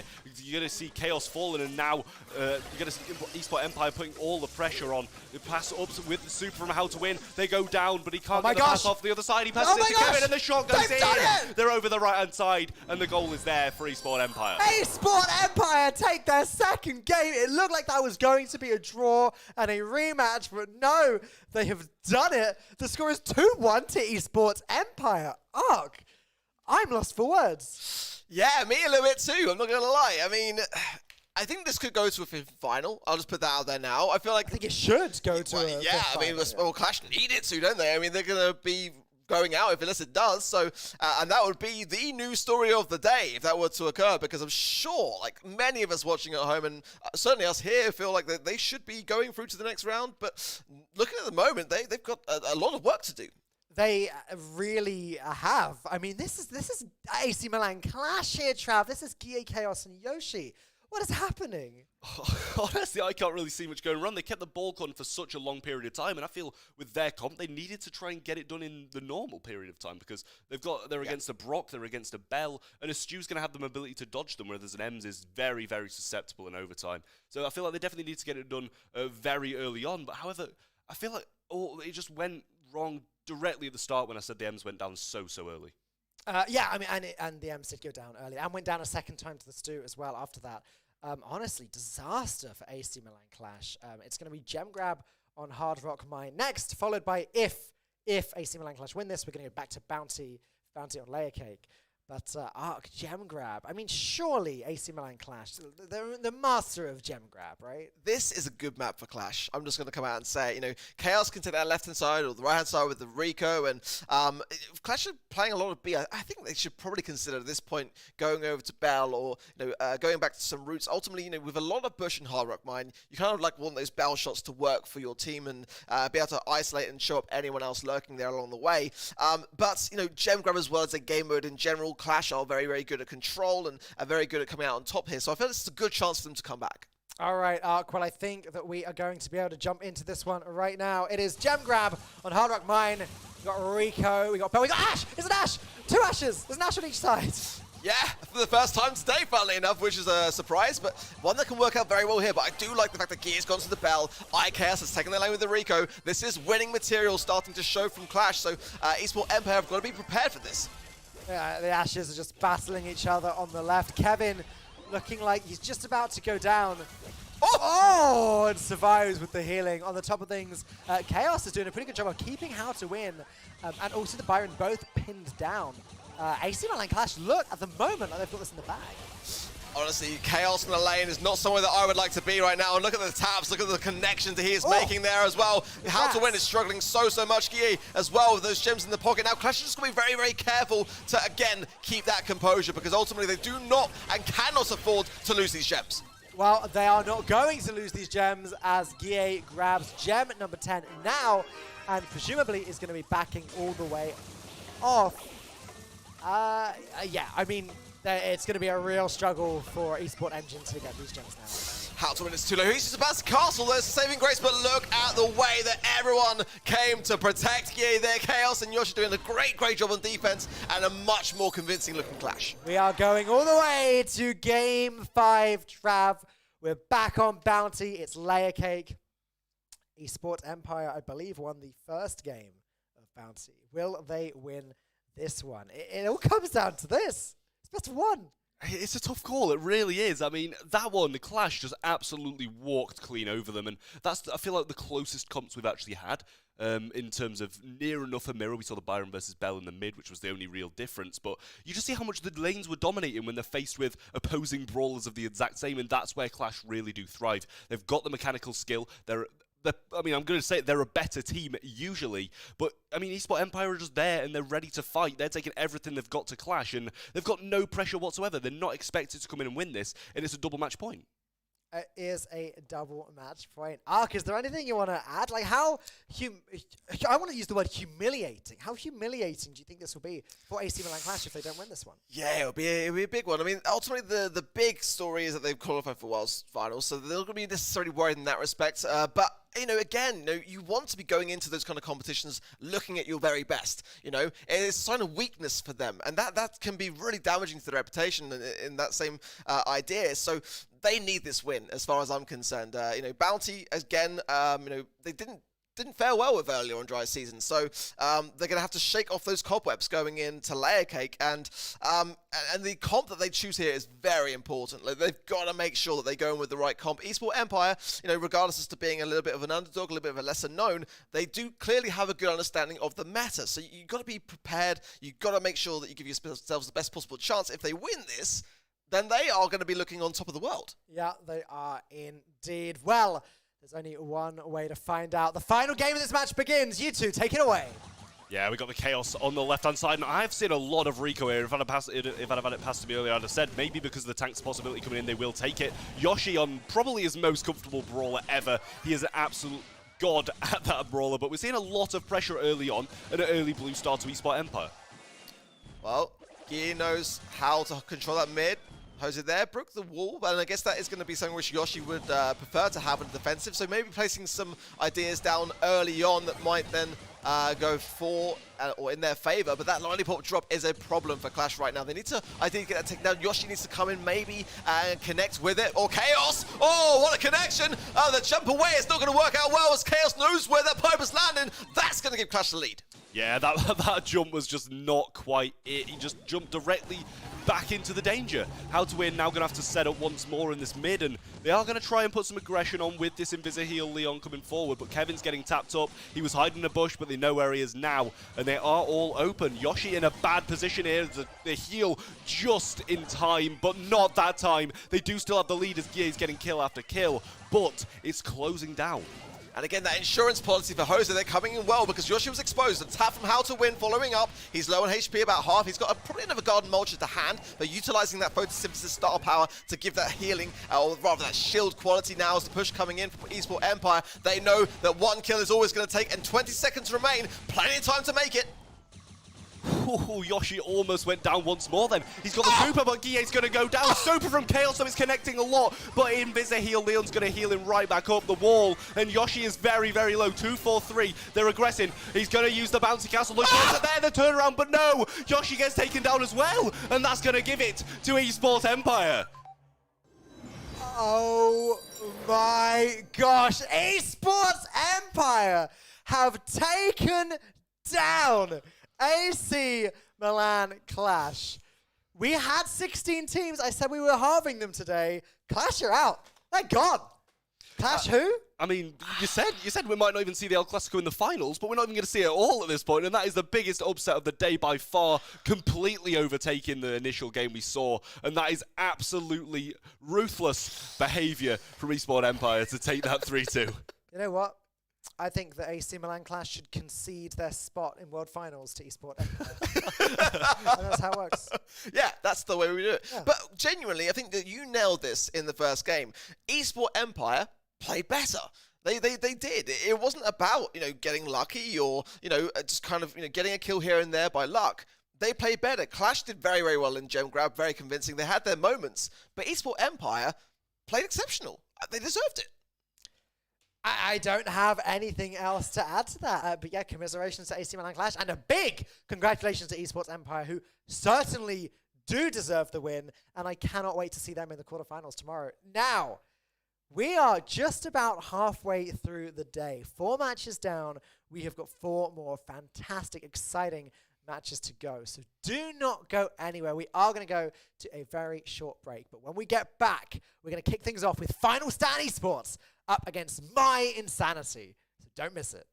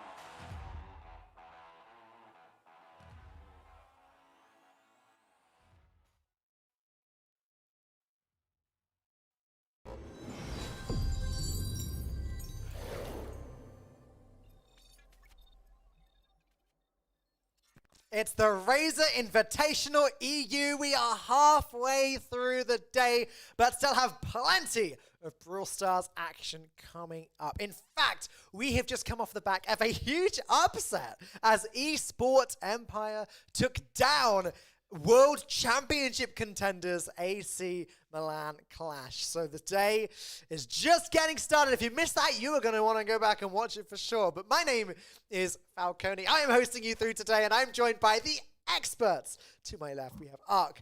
We have Trav. Trav, we are halfway through the day. You having fun? Yeah, I am. I mean, after that upset, I mean, anything can happen. So I'm, even more looking forward to the games we've got coming in than the next few games, I should say. And Ark, Clash just lost. What do you make of all of this? I mean, again, I always say it, I'll say it again, never underestimate a dark horse. You've got to be making sure that you're covering your bases. You can't sleep in any way. You've got to always be, just ready for anything. And I think, brawler choices and stuff and making sure that all those things are on point, you can never get slack. You've got to always make sure that you time things up neatly. Yeah, I mean, I couldn't put it better myself, Ark. But that is behind us now. We move forwards. We have two more teams battling out coming up next. It's going to be Final Stand Esports, this time with an S. Final Stand Esports up against my Insanity. And again, why is the Y capitalized? I'm reading it like M-Y Insanity? Yeah. My Insanity. Yeah, when a team make their name, they obviously have it for a reason. I've said it a couple of times before. Yeah, it's like, mine. I don't know. You're not insane. I'm insane. My Insanity, not yours. Final Stand Esports is Kanan, G-Gem, and Tom up against my Insanity is R9E, Sunny, and Kisco. So there you go. Either of these teams particularly stand out to you? I know G-Gem. I know G-Gem pretty well. He's a streamer. Yeah. So yeah. Yeah, well, yeah, it's the same for me as well. I know the Final Stand because I'm pretty sure they're all British. Yeah. So, I mean, it's very much in biased classes. very much. Hang on a second. Is this Tom as in Tom? No. No.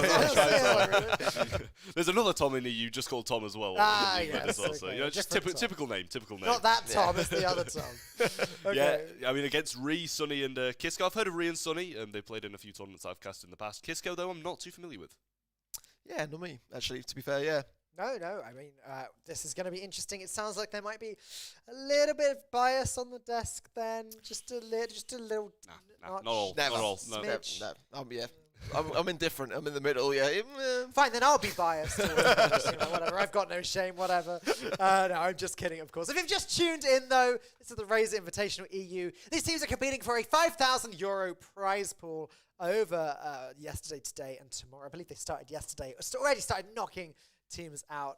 Yeah, it's a little bit of a different format. We're just playing best of 5, best out of 1. If you're a Brawl Stars fan, you know what I mean by that. It means they're playing each map just one game. Winner moves on to the next map, etc., etc.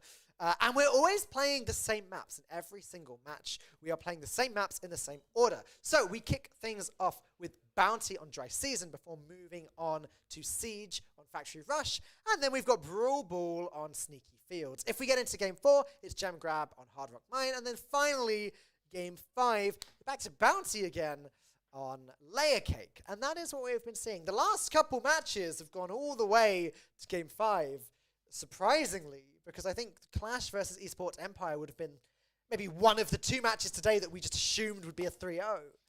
Yeah, I mean, we've seen 2 complete sweeps and then 2 very, very close games. So, I'm hoping for something a bit in between here. Maybe like a 3-1 or something like that. Just to shake it up a bit, I have never, ever heard a caster say, I'm hoping for a 3-1. Like, one way or the other, sometimes casters are like, I want this game to end as quickly as possible. Come on, 3-0, let's get out of here. But then, real casters are like, yeah, I want this to be as close. Let's see a close game. Let's see it go all the way to the end. And then we got Trav over here. It's like, yeah, 3-1. I want a 3-1. It's due to happen. It's due to happen. Yeah. What do you think, Ark? I mean... No, I mean of Trav. What do you think of Trav? Oh, I mean, that's not nothing... I think it's okay. I mean, it depends on, I guess, what we want to see here. I mean, I don't know. I like a lot of back and forth. So I'm okay with a 3-1, as long as it's, somewhere in the middle, and has a bit of a gleaming of promise there to be found, and then, gets shut down early. That can happen. Ultimately, shutting down a team when they start to get momentum is very important, so it can happen. But, at the moment, I mean, we are kind of also due a sweep, maybe, because we had 2-3-2. So, either way, I mean, what I just want to see is some really exciting Brawl Stars. Of course, that is all we want to see. That's all three of us want to see. And I'm sure that's what you watching at home want to see. So hopefully we'll be diving into this first round of the next match any moment now. Again, it's Final Stand Esports up against My Insanity. Oh, it's going to be a few more minutes. In that case, now is a great opportunity, again, as I quickly flick through my notes, to shout out once again, RazerCon. It's taking place on the 21st of October. So actually, that's coming up pretty soon.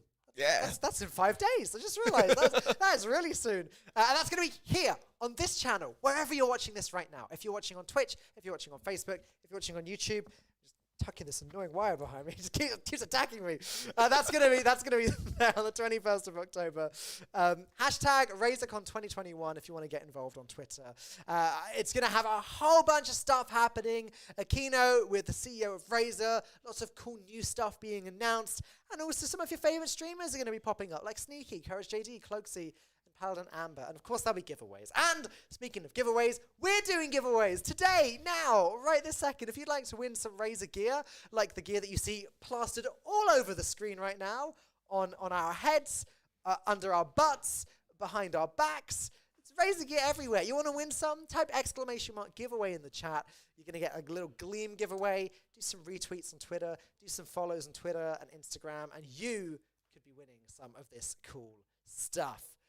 And it is cool. And Ark is advocating. He's just going on constantly about the fact, oh, it's like being at home because all I use is Razer gear and it's all over my house.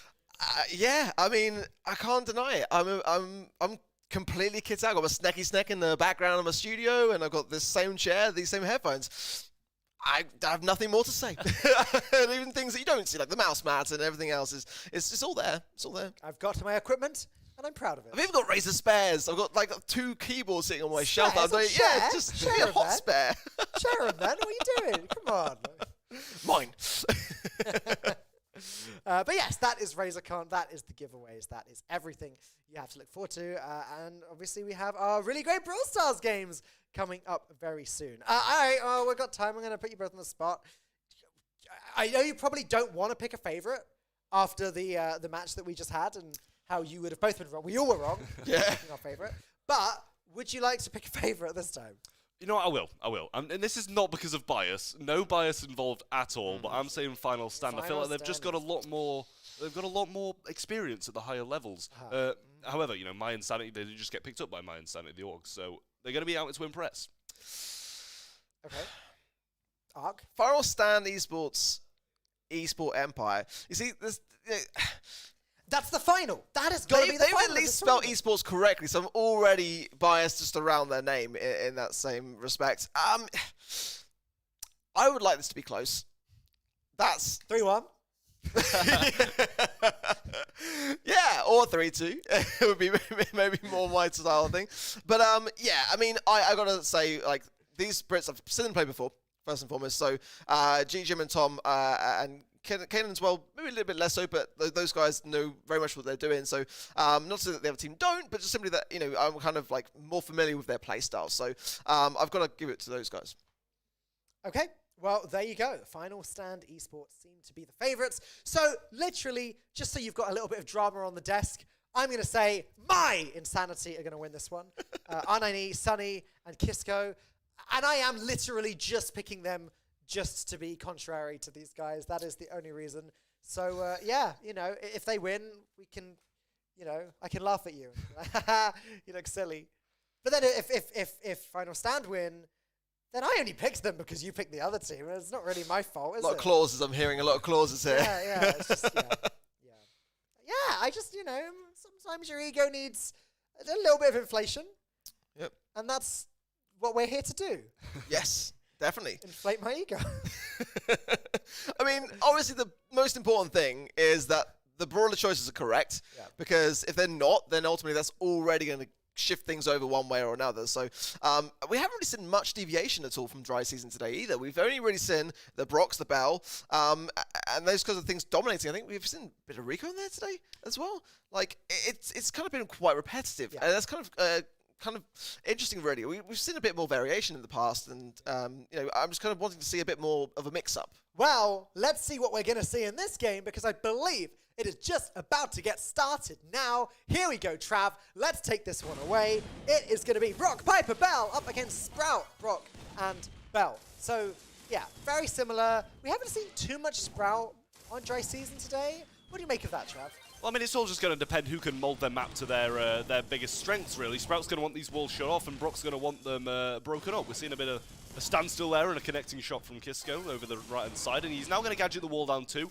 just to open up this map a bit more and put the Sprout in an even worse position. Right, well, we are 1 star ahead still for the team that obviously I said was going to win. min-Insanity are, you know, sort of dominating a little bit. Just saying. Just had to put that out there for a second. And that 1 star can be all that matters. I mean, they're staying back. Both teams are sort of staying back. And it looks like it's going to be one of those games where it's just a last-second affair once more. Yeah, we're seeing the shots come through now. Sunny's doing a lovely job over the right-hand side of keeping this other opposing Bell back in Tom. And Kisco does seem to be aggressing quite a bit further up the map and just trying to get a few shots off, because Sprout's got that. Just going to keep on sliding into that bush, keep on getting the shield and be able to tank a few shots. And it's really not doing too much for him in the long term, because he's just having to retreat back over again and again. And it's kind of comparable to near enough every other single game we've seen. Whoever gets the blue star usually has the other team pushing into them.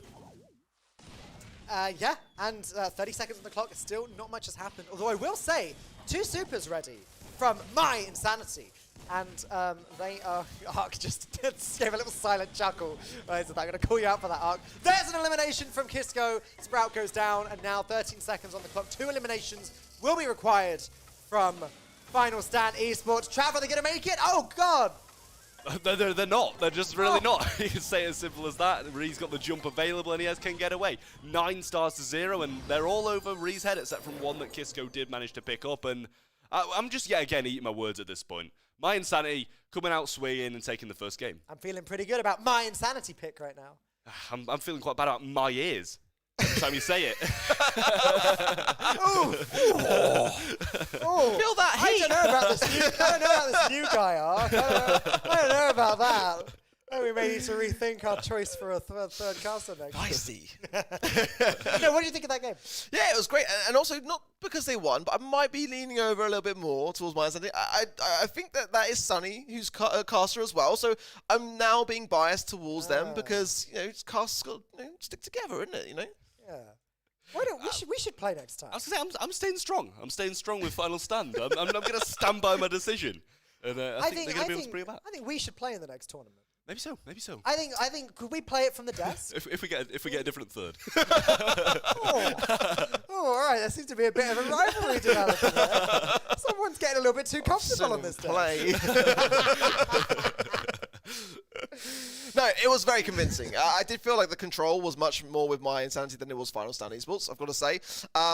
You know, in terms of that end game too, like, it's really, really good to be in the position of control under these environments when you're a bit of a lead and you're looking for those mistakes to be made. And, you know, I did expect Final Stand to have a better first round, I've got to be honest. But I like the way that they played it. They were patient, they were calm and collected. You've got to be that way. Yeah, well, it looks like we are jumping into Siege now for the second game. And already it is going to be, a very nice start from a Final Stand. As they've got the first Siege and they've got full control of the center. They've got 1 bolt, 2 if Tom gets that second one prepared for the next one. So yeah, great start this time for Final Stand. Yeah, and a great break too as well, because they're going to be able to utilize that angle there to be able to get some consecutive shots over GG over the top as well. The boss going down pretty quick, but nonetheless, again, having that high ground is so important in Siege, and it's going to put a ton of pressure really for a comeback. And just look at the positioning here, Arg. It's going to be it's going to be a Final Stand with complete domination of the center. And this time, min-Insanity really don't seem to be able to do anything. Yes, looking a lot more convincing, it's got to be said, and clearly a game mode which Final Stand Esports favour in that respect because they're playing it so well at the moment. Sunny can't really push up on the left-hand side despite the life plant giving him some healing along the way. The stooping as well, I think, is still very underrated. As a great takedown from Tom demonstrates exactly why it's such a great brawler to have, and the pressure is mounting. This could be all over right here. This really could be all over right now, and it is going to be over as Final Stand take game number 2. The score is now 1-1. Trav, this is getting interesting. All right, you're happy now. Ark has now betrayed you. He's come over to the dark side, and you're feeling validated. Now, Ark, let me guess. You switching back over now? Is that how this works? I mean, I wasn't going to be prompted into saying it, but it was a convincing win. So now I'm starting to feel like maybe Final Stand Esports. This man doesn't know where he is unless he's sat on the fence. Predictions are not my best suit. I'm getting better. I've had some improvements this year, but you know, that's the thing about Brawl esports. It can go either way at any time. It's very difficult to be affirmative and say that this is going to happen. So you know, I'm just staying in the middle. When you said Clash was going to win, and you know what happened? Well, we all did. Yeah, we did indeed. No, this is really interesting though. 1-1 so far. Trav's dream of a 3-1 is possible. As we move into game number 3, it's going to be Sneaky Fields now coming up. And what do we? I mean, it's hard to say really, but from what we've seen from the first couple games from these two teams, do you think that there's a favourite specifically for Brawl Ball, or do you think that we really have no way of knowing? It's a tough one. It's a very tough one. I will say it's been 2 very control-based game modes, and it's gone either way. And this is an aggressive one, so who knows? You know, Brawl Ball, you've got to have the right amount of aggression, but it definitely is that aggressive mode. So it's a bit of a difficult one to imagine. It's just difficult to decide who's going to be taking this one home. But, you know, I'm going to stick faithful. All right, well, you guys, take it away. Okay, well, very early break there on the Brock side of things, so clearly some good amount of early game pressure, but look at this, the 3 versus 1 is not going to fare well, especially if Kane on the left and Tom can utilize his fertilizer. I assume it's, no, it's Kerbal, I think, there. So, but still, the area denial is not in doubt, and that's, yeah, going to shut out Sunny completely. That's a lovely super as well. Got the double slow. Kisko's falling low. GGM just going to slot it in past the slowed Sunny. And that is going to be the 1-0 lead straight in the hands of Final Stand. Kanan just trying to aggress once more, but he is going to be shut short just by the Brock using the gadget down that right-hand side. Now we're just going to open the map up a little bit more, but Tom just he's just got no cares in the world. He's just going to keep on aggressing up this portion of the map. Re goes down. The pass through not going to be to someone who's got a super, and that should have probably been a goal if the pass was there. Super going to be missed as well, and the wall doesn't get broken, but it's looking like it's going to be wrapped up anyway, and 2-1 to Final Stand. Can I switch teams now? The 3-1 and the Final Stand. Imagine the 3-1 the dream. mini reverse sweep. There you go. No, Final Stand looking solid right now. Kanan, GGM, and Tom. That was a very quick game, actually. I sort of blinked and missed most of that.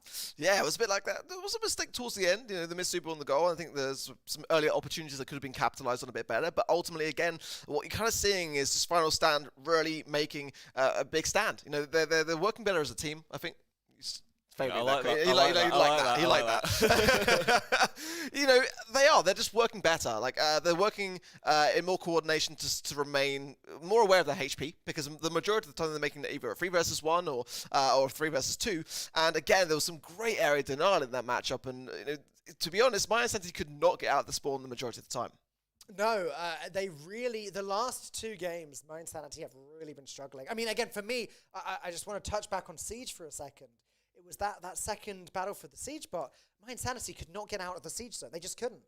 Final Stand Esports had the entire mid dominated, and they were firing so many shots into the Siege zone. There was just nothing that my Insanity could do. I was going to say, going back to Bounty as well, it kind of just shows how much that Blue Star does for you, and we keep on reiterating this, but the second 2 games where that doesn't exist, they've been so dominant, but we are going to be having this Hard Rock Mine coming up next, and it is going to be played with Piper, Leon, and Rico from both teams. There you go, a solid mirror match. We see that this meta is developing, as you said it would this morning, Trav. And at the moment, those gems are all sitting in the middle as brawlers are trying to eliminate each other left, right, and center. R9E does take down Kanan, and it is going to be My Insanity with a slight edge at the start. Yeah, Kanan's having a nightmare down this left as well. Tom's trying to do the same thing on the opposing side and does get jumped out, however, and going to be taken down by Kisko there. Ree just retreats with those 2 gems as he's quite happy with those in his pocket. G-Gem on the other side with 2 as well, but Kisco possibly just going to be trying to open up this for his gem carrier to push him and get him. Oh, a big elimination there in the center. And now, once again, it is going to be Might Insanity with a little bit of control there. Sorry, I meant Final Stand with a little bit of control.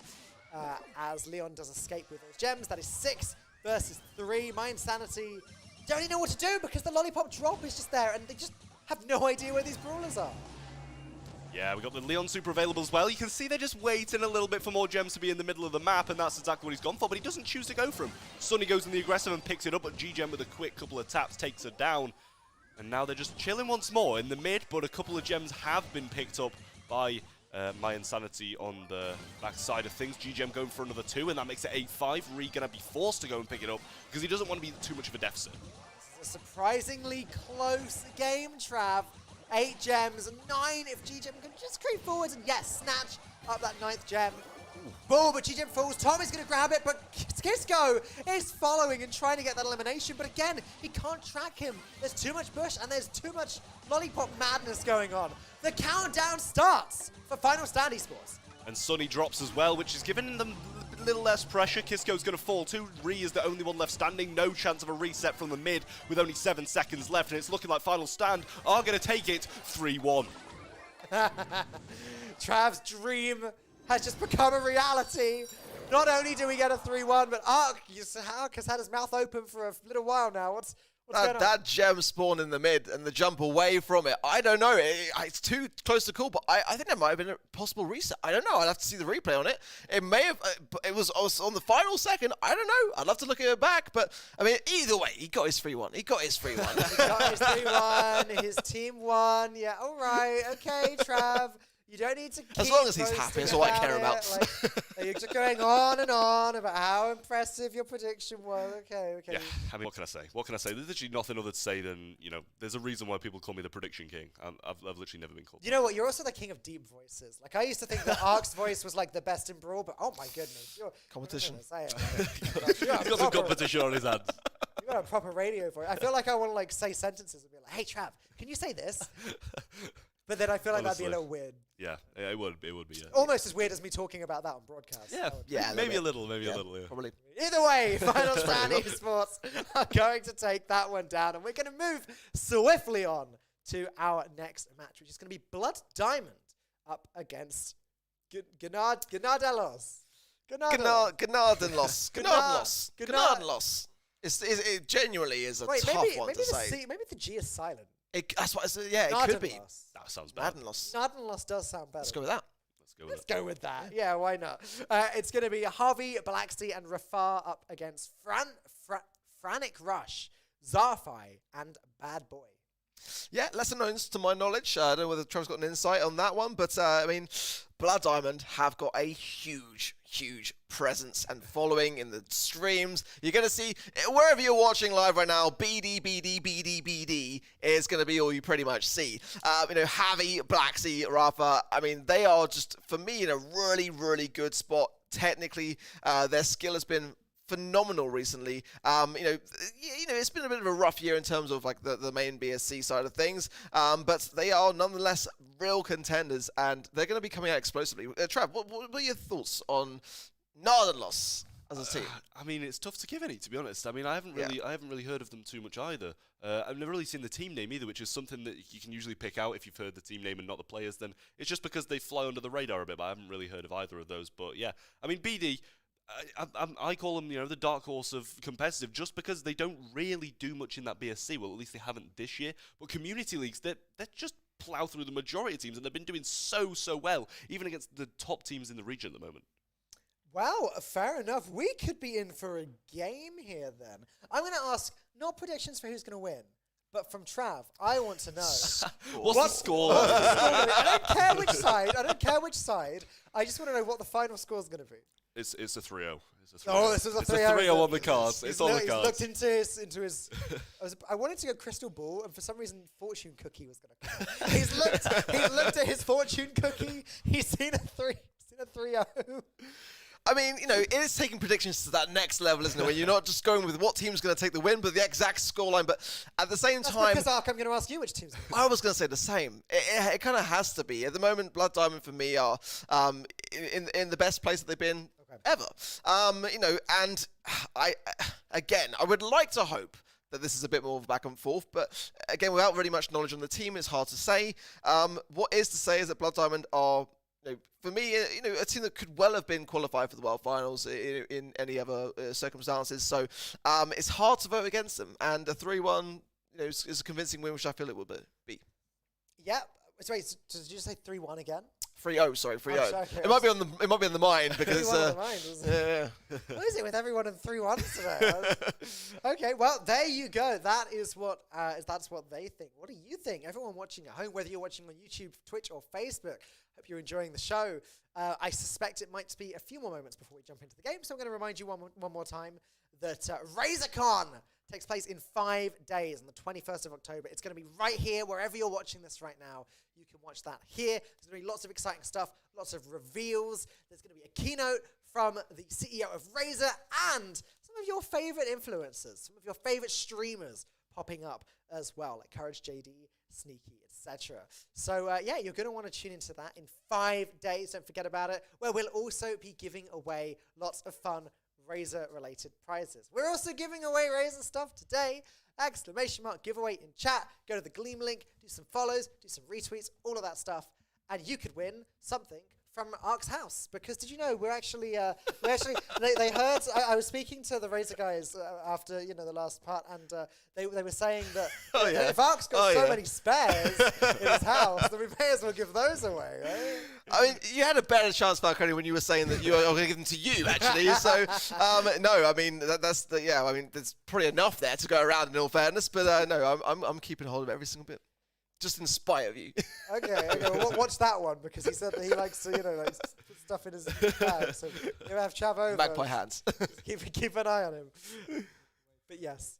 I believe we're actually going to have to go through a short break. I'm afraid. I'm sorry. I know that's the last thing you want to hear, but the players aren't quite ready. We're a little bit ahead of schedule. They weren't expecting to be jumping on for another like half hour. So we are going to go to a very short break. And we'll be back as soon as the players are ready, so don't go anywhere. The Razer Invitational EU continues after this.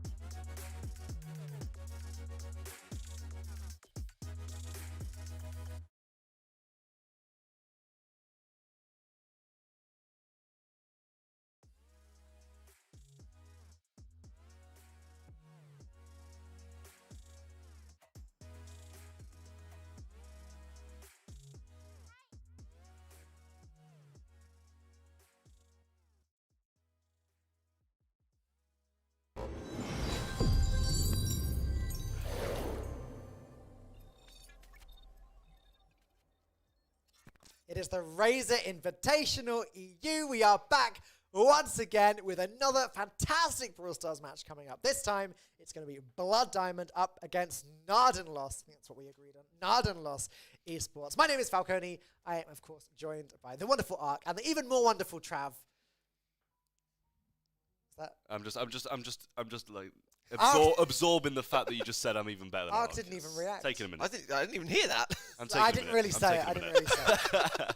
But yeah, it's been a really great day so far. We've had some upsets. We've had some close matches. And hopefully the last few matches of the day are going to be equally close because that's what makes Brawl Stars most exciting. Close matches. Have you had a favourite match of the day so far, Ark? I was going to say, unless you're traveling, you're on a 3-1. For me, I think the highlight's got to have been fine. When Clash went out to Esport Empire, I always have to think, 'cause again, that lack there throws me off a little bit. It was a huge upset, and again, I think one that I think no one, we certainly didn't see it coming. I'm sure the audience didn't see it coming. So again, just goes to show, in this competition, it's you've got to always be on top and prepared and at your best, every single day. And we just kind of expected the Clash would be, but again, I wouldn't be surprised if we see some more upsets to come. Yeah, I mean, what upsets do we have available? Let's take a look at the remaining matches of the day. Blood Diamond versus Nardenlos. We got free agent Fruitaz up against Team Thunder, and we've got Aurora versus Navi. Navi obviously being the biggest team of the remaining teams. Although I'm going to get into it a little bit later. I have a feeling that match might end up going ahead today, but more on that later. In the meantime, though, Blood Diamond up against Nardenlos. Again, I'm going to go through the names of the players. We have Harvey, we have Blacksea, we have Rafar up against Frantic Rush, Zarfe, and Bad Boy. And you were saying, Ark, that Blood Diamond have quite the fan base. Oh, every single stream they play, it's just the chat gets spammed. I mean, I can see, on the Razer Twitch that it's on slow mode, so that's possibly a good thing under these circumstances. They've got a huge presence, a huge following. I mean, and, the fans love to get behind them. We always see a great amount of support for them. So, in that respect, definitely going here as the favourites. I mean, it does add something to you and your team when you've got that much support behind you. Sometimes players need that to give them that little bit of a spur on. So, I think that today is going to be their day. Yeah, okay. And do you agree, Trav? Yeah, I do. I said it was going to be a 3-0 as well, so I think it's probably going to be... I said it's probably going to be fairly convincing. I said the same about the Clash game, though. So don't rule anything out just yet. I mean, Blood Diamond, always exceptional in community leagues. They always show up, but, there's always going to be like that 1 in 10 exception. Yeah, well, there's only one way to find out, of course, and that is going to be to watch the match, which will take place hopefully in a couple minutes. If I could get an idea from production just how long that's going to be, that would be fantastic. 1 minute, okay, 1 minute, guys. 1 minute. The next game is going to jump in. See, I need to know that information so I know whether to how crazy a tangent to go on. Like, am I talking about potential bans? Am I talking about the fact that we're starting on bounty on dry season? Or am I talking about inflating Trev's ego and even more the weather in Poland? Like, he's like already, what level tangent do we? He's already out of control. He's far where he is. He is out of control. I agree. Send him my way. What are you gonna do? You're gonna just tell him off. Just big me up instead of. Oh, yeah. You're great, Ark. Thanks. I enjoy spending time with you. Wow, it was very forced. Yeah. It was very forced. Yeah. It was a little bit. It did feel a little bit forced. Yeah. Anyways, let's move on. Hopefully the game's about to start. It's going to be Bounty on Dry Season, followed by Siege and Factory Rush, followed by Brawl on Sticky Fields, and then if we get to Game 4, then once again Gem Grab Hard Rock Mine, and then if we get to Game 5, then it's going to be Bounty once more. This time on Layer Cake. We're playing the same sequence of matches all day long. And it's best out of 1, best out of 5. They just need to win 1 game of Bounty on Dry Season, and we move on. That's it. Which changes things up a little bit. Obviously, there's not that much time to play rock paper scissors with your brawler picks and that kind of thing. So there can be situations where a team is picking brawlers that just outcomp the other brawlers, and that's it. But still, it's a different format arc. It's different to what we're used to seeing. Yeah, no brawler bans either, and that's a huge impact here. I mean, anything's available ultimately, and sure, maybe some teams have a little bit of a conversation in the background to kind of come to some mutual understandings, but as far as the ruling is, anything's to go. So you've really got to make sure that your understanding of the meta is where it is, and locate the best possible options to capitalize on. I mean, again, we've seen so much of Brock today, and I think rightly so. Brock's in a fantastic place, and if there's no way to eradicate it, it's pretty versatile. It can be used across a lot of these maps and modes. Bell as well is getting some great airtime today, I think it's fair to say. Rico as well in the sort of later part of the format comes into play as well. So, and again, we were saying earlier today just how much the meta is in a place right now where it provides a lot of options, and I think that's a great thing for competitive, where if you're struggling to think about what to bring in, well, you're not going to be, because there's so many options to consider. You're never going to be short for any kind of choices in that respect. Yeah, that is, I agree with everything that you said. As usual, Ark, you are a very smart man. I know what you're thinking, though, watching at home. You're thinking, it's been more than a minute, hasn't it? That's what you're thinking. You're thinking, I promised a minute. It's been more than a minute. That's my fault. There's me trying to force our wonderful production team to say just how long it's going to be, and so they gave me an answer to please me. It's all my fault. I'm sorry, everyone. We're still waiting for the players to be ready. They will be ready in just a few moments. Not committing to a specific time frame on that, but in a few moments, the players will be ready, and we will be jumping into the first game of this match. I could have gone with a bigger tangent. Could have talked about, how was your flight, Trav? Are you a flyer? Do you like flying? I do like flying, but I'd like to say something. Oh.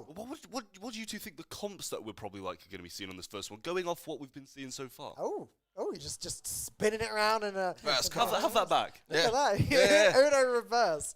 Well, let's see. We've seen a lot of ranged in dry season. It's a lot of Piper, a little bit Nani, a lot of Brock, a lot of Bell, and mostly that, with a little bit of Sprout and a little bit of Rico thrown in. So, I'm just somewhere in that region, right? And I'm a bit surprised by that, to be honest. Yeah. I mean, there's definitely the potential here to kind of push up with something a bit more close range, a bit more aggressive. You've got, we've seen teams like SK sometimes will bring out the double tank heal Poco, whether it's Poco or Byron. I still feel like Ashe could be a good idea to bring up, with the Byron and just push all the way to that forefront, and some throwers over the top. But it has been pretty much the long range kind of approach, really. And Brock is always a great thing to break. Well, let's find out. We're going to go with Piper, Brock, and Leon up against Nani, Brock. And was that a Piper on the left side? Either way, Nani goes down already. Rafar taking out Frantic Rush. Oh, a great start for Blood Diamond. I don't think I've ever seen a more disgusting and confident start onto a map of dry season than this, what BD have been bringing out so far. They're just literally just directly in the middle of the map, just juking the shots and picking up the kills, and that's exactly how confident you got to be. There's another, make it 9-0, and BD are in a lovely position. They are 9-0. How do you even come back from that? Okay, you have to eliminate all three brawlers. Yep, still gonna have to be all three brawlers. That would still do the trick, but one more elimination on BD's side, and it would have to be all three brawlers plus one more. Yep, all right, that's it. All three brawlers plus one more required to win now for Nardenlos, which is a tall order, isn't it, Trav? It very much so is. Rafa is not missing. He's literally just not missing. I say that. It always happens. You say he's not missing, then he misses. But the majority of his shots are hitting. I'll go with that this time. Blacksy now popping down his lollipop drop. And we're seeing an eventual fall of one of the BD players. But Rafa is straight back with another kill. Yeah, Rafa needs to live. That's all that really needs to happen here. If Rafa survives, then Nardenlos never, ever wins this in the next 30 seconds. But there's a peep on its way, coming from Rafa. But, yeah, that's just fine. And he's back again with another one. You're looking at the other two players on this BD team. Have they even got a kill yet? They're both still chilling on 2 stars. I know Javi has gone down, but Rafa is he just cannot be stopped. I think he must have about 12 stars at this point if it carried on. And there you go. That is going to be 24-4. And I mean, at this point, you've just got to stop walking at the map and just rethink, reset your minds, and go for the next one. Yikes. That was arguably the most one-sided game that we've had today so far. There's been a couple one-sided games of Brawl Arc a little bit earlier on, but what did you make of that? It's rare to see Bounty be that one-sided, to be honest. Normally it's a bit more back and forth, but when something like that happens and it just comes out of the gates blaring. I mean, before I even looked at the screen, there was already about 9 stars on it. And again, Rafa was responsible for so many of those. Of course, Piper has the range advantage, but you've also got to make sure you land the shots. And, very, very rarely did he ever seem to miss them. And, yeah, I mean, he looks to be on great form today. Yeah, no doubt about that. Trav, you predicted a 3-0 from Blood Diamond. Based on that first game, you feeling happy about your prediction? I mean, I couldn't be more thrilled about my prediction at this point. Oh, God, don't feel his ego. You're right, this guy is out of control. I'm not thrilled about the loss. I'm not thrilled about the Narden loss losing. I'm an unbiased caster, but in terms of predictions, as far as the 3-0 prediction goes, you're feeling confident after that one. Yeah, I mean, I can reiterate that more. I mean, going into these next games, you got to feel like Blood Diamond now, off the back of that victory, are really in the driving seat here. And we need to see a really convincing response to that. Narden lost, again, a team that we're less familiar with, lesser known. But again, despite not underestimating them, we need to see more promise from them. Yeah, I mean, they just fell to pieces in that game, frankly. Like, right from the get-go, there was just elimination after elimination. Yeah, they were able to get 4 stars in the end. I think that was maybe 1 elimination that they found. That's it. We need to see better from them in Siege. If they want to have any hope of winning this, they need to be getting that center control. They need to be getting those bolts. They need to be winning Sieges. And they need to be pushing some damage on the enemy Ike. Because right now, what we saw in Bounty, that is not good enough to win this match. Oh, 100% not. I mean, after that much of a dominant performance, and I will say for the first time in a while, it has been a very, very dominant performance on that one. It's a control-based game mode once more, and I feel like in the position that BD are in right now, they're going to be feeling extremely confident going into the Siege game, especially if, you can get Rafa back on Piper, you can get Blacksy back on Leon. Those are their 2 favourite brawlers individually, and that's part of the comp that you usually see on this map. If not, you've also got the Javi on the Bell. All right, Ark, well, it's time to find out. We got Rico, we got Bell, we got Brock up against Stu, Spike, and Brock. So, okay, Stu and Spike. Interesting little mix-ups from what's usual here. I like Stu a lot here, honestly. I think Spike is a great thing to have on defense also, but without the Bell, they might struggle a little bit to mark the bot to be able to apply more damage faster and more efficiently, but Javi's already breaking open the mid. As Arfi comes in, he's going to hit with the rocket there, but Javi's still in the mix here. Great takedowns, and all 3 members of BD are alive for this push. Oh, man, all of those takedowns, even though Ganados were sat in their siege zone, that is a disaster for them. Look at this damage coming in. 50% already. The super. Is this a one and done deal? That's it. That is it. Done. One and done. Done. I mean, Trav was looking at me when that push was coming in. He was like, this is gone. This is over. And before they even started firing shots. Well, that was Siege. Yeah. He looks traumatized.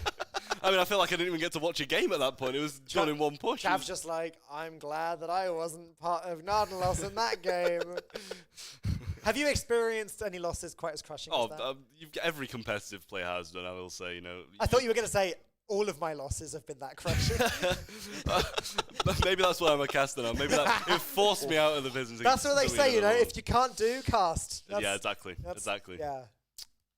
And you both failed, so. Oh, wow. Wow. This is going to come full circle at some point. It's just a nice little advantage to never having tried in the first place to be a pro player, Like, at least I can, cast judgment and. Yeah, you're the Narden loss of this desk right now, Crack. Let me just put that one out there. But I mean, Trav might not get his 3-1 at this rate because I don't see. I said 3-0 on this one. I know, but you would have preferred a 3-1. Maybe so. I mean, at this point, no. But I want it to go back to a 3-2 again. That's just Trav's new nickname. It's Trav 3-1 Talks. All right, you two, take this away. Okay. Well, Ash coming out, I think is a good thing, and a good thing that both sides thought of it ultimately because it can be so good here. And look at Blacksy walking this one through willy-nilly, and a little spin as well, just to reiterate how confident he was about scoring that wall goal. Yeah, I mean, come on, Blacksy. There's just absolutely no need for that. You're already in such a good position. Blacksy's taking some damage now, getting ramped up in those amount of damage that he's going to be dealing. But Frank, he wants a bit of revenge for that spin. He is having none of it. The super comes through. Rafa's stunned, and that is a walk-in. And that's why you don't spin until the game's over, Trav, because this one's still going to go on now, ultimately. And yeah, BD now will be hunkering down, and they are landing a lot of good shots, it's got to be said. This is Safi there on the right-hand side, has to pop the gadget there to stay alive. But look at this, the wall through from Frantic Rush, and oh, the line by Rafa. I mean, I thought that was in. I thought that was done right there, but the splash was able to be picked up from Rafa, and now it's a completely turn of positions. Black Sea is probably going to be able to walk this in, and Zarfai doesn't even want any of it. He's just going to let it happen. Frag super missed, and Black Sea finishes off the game. That was a filthy little bit of BM there, just standing at the goal when all the other brawlers are around you. But either way, there's the 3-1. Blood Diamond have taken this one down. They will be moving on to tomorrow, eliminating Nardenlos. And that is all she wrote when it comes to that series. Yeah, it really is. It really is. I mean, those are some of the fastest games I've ever seen. A completely dominant bounty set, which with the amount of shots Rafa was hitting, I'm surprised it didn't finish early. And then Siege was one push and back. I mean, just Brawl Ball's a complete walkover too. Yeah. Ark, is there anything else you want to say about that blisteringly fast series? I think what I would say is like that, obviously Blood Diamond were the far better team in this instance. So how that's going to continue on and where they're going to get tested is going to be the thing to watch in the tomorrow. Yeah, they made it look very, very easy. But I think ultimately, again, you know, we kind of expected this. We didn't expect this from a lesser-known team. So Blood Diamond, again, you know, are looking so great. But they were a lesser-known team. They were not as prepared. They were not as knowledgeable. And the skill was on Blood Diamond's side. Yeah, well, we are going to move on to the next match, which I believe is just a few minutes away, so we're not going to go to a break for this one. And I think this is actually now the last match of the day, as Na'Vi were able to claim a free win against Aurora. I believe that Aurora decided to take a step back and not compete today. Not sure why. I'm sure if you look on Twitter, you'll be able to find something out. But yeah, it is going to be Fruitaz up against Team Thunder for our final match. Fruitaz is Zonzon, Andre, and Melny up against Team Thunder, which is Joker. Is that Shinigami? I think. I think maybe. that's Shinigami. Maybe it might be an I. Oh, I was thinking of that. yeah. I hadn't thought of that one. Shinigami, and a god is the final member of that team. Which that's some interesting names. Yeah, players don't like to make it easy for us, do they? They like to add some explanation marks, some up to Yeah, just to be clear, because you guys can't see the letters. That is Shinigami, and that is spelled $, capital H, exclamation mark, capital N, exclamation mark. It's going to be on screen there, hopefully. Yeah, Look at that. Bottom right corner. Then, of course, there's an @ and then is that / / exclamation mark. Branding, guys, get your branding together because it goes a long way. I always say it. You know, players love to kind of troll us, and they know full well that it makes our job harder as well. But you know, if you want to, you know, get your name out there, it does help if you can first and foremost read it. Yeah, I mean, it goes to show that. Yeah, I'm pretty sure that says Shinigami. Do you know what? I'm proud of myself for being able to read that. I didn't spot it. Yeah. Yeah. Gold star, Falcon. Yeah, gold thank star. you. Do you know what? I've needed one of those all day. That's all I've wanted, Ark. I've just wanted you to give me a gold star. And now I feel fulfilled. I feel like I can go home and be happy. You know? Yep. Yeah. I'm pleased. Yeah. Me too. Please, Fear. Do you guys know either of these teams particularly well? I'm guessing not. But oh, hang on. Trav's pointing. He's pointing. FA Frutas. They're a fairly well-known team. It used to be called Noble Elite. Yeah. So yeah, I mean they're definitely the more well-known team out of the two, and I feel like they're probably going to have, you know, maybe not an easy ride, but I think they're going to be fairly clean through this one. I'm going to go for another 3-0 prediction. Another 3-0 prediction. And Ark, what about Team Thunder? I mean, this is the team I'm assuming that we don't know that much about because we couldn't tell what Shinigami's name was. But Yeah. I mean, yeah, I'm maybe itching towards the 3-1, maybe. Oh. You fancy the 3-1. Yeah, I'm just copying him now. Fancies the 3-1. But you know, John, and Melny and Andre, they have a great following as well. A lot of time when I'm watching them play, the chat are often spurring them on as well. So again, I've got to favour them here. They've got, in my opinion, more experience. And you know, again, Team Thunder, it's hard to say. We haven't really seen much, or I personally haven't seen much of them on the competitive scene. But then again, don't underestimate them. We don't necessarily know if they, you know, are able to get the comp right, and FA Fruitaz don't on that event, then they might take a set here or there. So I'm going to go for 3-1. Okay, all right, absolutely. Well, that is our predictions from our experts. Before we jump into the what will be the last match of the day, I want to remind you guys one more time, we are running a bunch of giveaways. Type / giveaway in the chat. You'll get a link to a website called Gleam. You go onto that link. You can use that link to retweet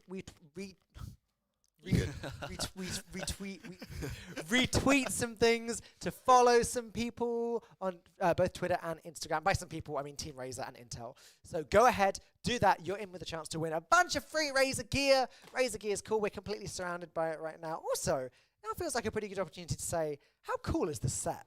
It is really, really cool. We were just admiring the lighting and everything between the takes, and yeah, it's been so well designed. I mean, it's a great environment to work in, honestly. Yeah, I agree. It's definitely, you can't do, being close to Ark's quite nice. Oh yeah, talk more about that. Pushed close to me. Look at him he's getting all shy and nervous. You got me all flustered here. Yeah, look at him, he's what is it with you two? Holding hands at the airport and watching. Oh, you got me all flustered here. watching TV shows together at the same time. Like, what is this? Bromance. Is there something I need to know? Like, just bromance. Okay. Mutual respect. All right. Okay, that's fine. Yeah. That's fine. Okay, cool. Anyways, yeah, you can enter the giveaway. Maybe you can find a bromance like these guys. Maybe not. I don't know. RazerCon is taking place in 5 days on the 21st of October. That's going to be right here wherever you're watching this broadcast, whether it's on Twitch, Facebook, or YouTube. RazerCon will also be here, so check that out. Lots of cool reveals, lots of cool stuff happening, and even more giveaways. So if you like free Razer gear, or if you like the chance to get some free Razer gear, that is another great place for you to go on the wonderful world of the internet. This is the Razer Invitational EU. Tomorrow we're coming back with the quarterfinals, semifinals, and finals. It's going to be a really exciting day. Again, let me just go through the teams real quick who have qualified. Obviously, we started off with FA Verified taking down Bunker Rog, which was sort of the first upset of the day. Then we had SK Gaming taking down Ad Honorers. Then it was EGN Esports that took down FA Genesis. Before the big upset of the day, Esport Empire took down AC Milan Clash, our World Championship contenders.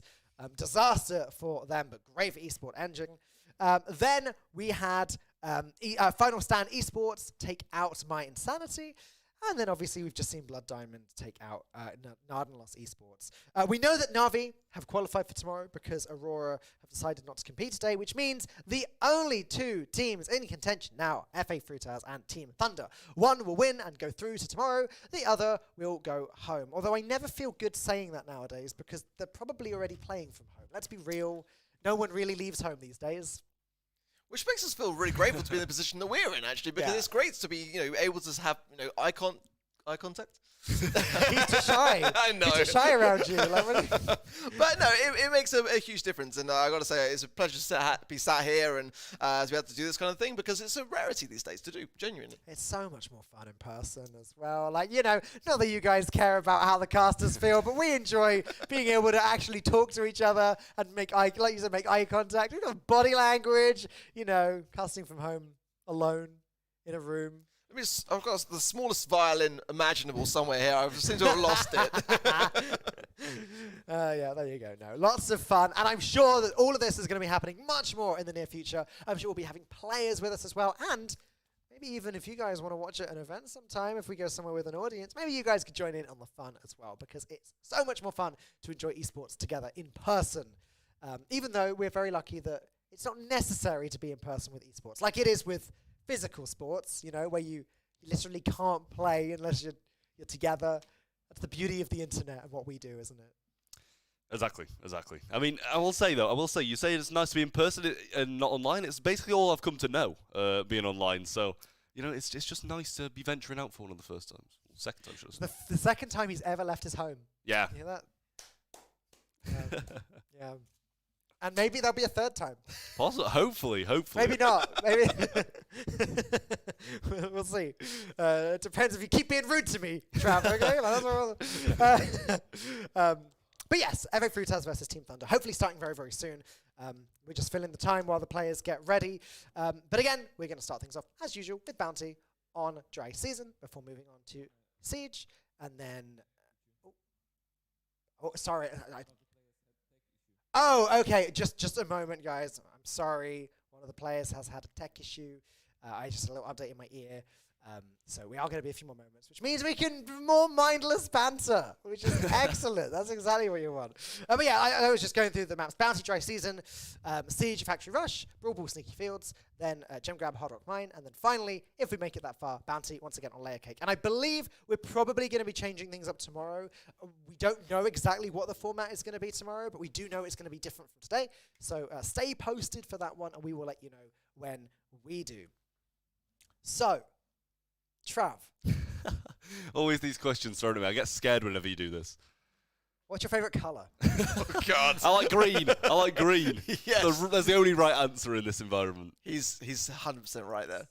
He's got a head on his shoulders. He's smart. I won't say that much. He's well educated. He is well educated. He can tell the colour green, and he can tell when he's working for a brand that like a specific colour. Yeah, smart. Okay, cool. Ark, have you got anything you'd like to ask Trav? I thought you asked me what my favourite colour is. give him a little like AMA. AMA with Trav, okay? I mean, okay. You think it's going to go to the 3-1? You said 3-0 for this one. I'm sticking with 3-0. You're sticking with 3-0? Really? Don't want to backtrack? No, I'm going 3-0. Okay. He does look pretty solid about it, pretty firm about it. Okay, are there any brawlers that you think that you were not going to see things that we are going to definitely see? I mean, the thing that I would say, and I'll add to this about FA Fructas, is that they do make some weird and wacky things. Like, they were playing Leon before Leon became meta. Oh, okay. Like, They were the team who brought it to Shooting Star. They were, exactly. So, with every brawler available, I mean, do you think that they're going to bring out something weird and wacky? It's hard to tell. It's very hard to tell, to be honest. I mean, I kind of think maybe they'll stick to what they know for now and just get through this round first and just try to get it to, I guess it's technically the third day, but the second day of broadcast. I'd imagine they'll want to try and face off against some better teams and then try their luck at a few of these things, because I do know obviously you usually try stuff out against the teams who you don't know as much, but I feel like that's kind of their game plan, being able to just randomly throw things out and it not be expected, so playing it now might give a little bit of a hint for tomorrow. I'd like to see Nita.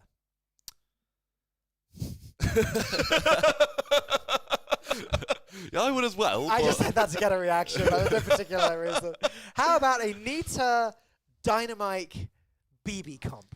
So that I would put down as something that Clash would bring out, actually, to be honest. Yeah, genuinely. Maybe they should have. Yeah, maybe. They should I mean, have. they bring out Dynamite quite a lot, actually. And Shelly's, again, if you are just joining and you missed that game, Clash are out. It's been brutal today. It's been some really, really, impressive plays all across the board. But, again, Bunker Rog as well. Didn't expect that they would go out, and they've gone out as well. So I wonder whether FA Fructus will be that same team that maybe we see an upset. Maybe to end today, we end on a bombshell.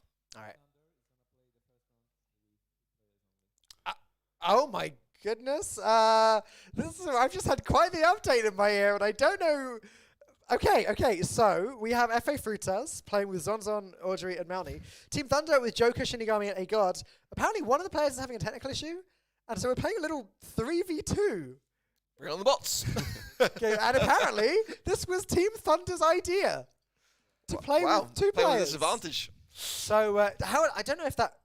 I don't think it happens anymore. I don't think they even get I don't a think bot. it happens anymore. They don't get a bot, do they? I mean, you can turn it on and off, but I'm not sure. I mean, like, I haven't seen that. Yeah. I was going to say, I haven't seen that since, like, PBL Season 3 or something like that, right back in the day. When. Well, Trav, let's take this one away, and we'll see the way. No, there are just two brawlers there. That is going to... Okay. It is Frutas that is missing, and, well... Okay, yep, that start went about how you'd expect when it's 3 brawlers against 2, I guess. I mean, they've chosen the right 2 brawlers, I'll tell you that. But it's just never going to really work, is it, I don't think, if you're in a 3v2 situation. I don't really see how it will work, frankly, because there's just a lot more fire incoming when it comes to Team Thunder than outgoing. Byron is doing the best he can to keep Zonzon alive, but no, Zonzon goes down again, and that is going to be 2 eliminations, and the Rocket Rain in the corner. Oh my gosh, this was quite the proposition. Yeah, maybe my 3-0 prediction is going to go the other way, though. Who knows? But yeah, we do have the Byron Ash, which is probably the best thing they could have gone. He's got the speed activated now. A-God's in a bit of a tough position. The slow's there, though. And, Wait. he actually did manage to advance a bit, but Byron gets taken out quite sadly. I need to add the correction as well. It is actually Team Thunder that are playing with 3 players. The information that I received was backwards. So as we can see, yeah, it's actually Frutas that's down. Wait a second. What? What? They're definitely not down. I mean, it's 6-7, and he is What? marked, which is going to be extremely bad for this last portion of the game, and Andrew's also going to have to be a bit scared about it. He does pull that gadget, throws another mark onto the same person. The takedown's there, but still got 15 seconds to bring it back, and honestly, I wouldn't mind seeing it. I mean, this is a story either way, but unfortunately, with that mark at the app, there goes Zonzon once more. It is going to be Team Thunder taking this one down. Again, apologies for the confusion earlier. I thought I was told that Team Thunder are going to be missing a player, and it was the other way around. But Ark, do you have anything you'd like to say about that one? It's definitely first for me. And when I said bring on the bots, that was not referring, by the way, just to Team Thunder. That was because I forgot that you can turn them off now.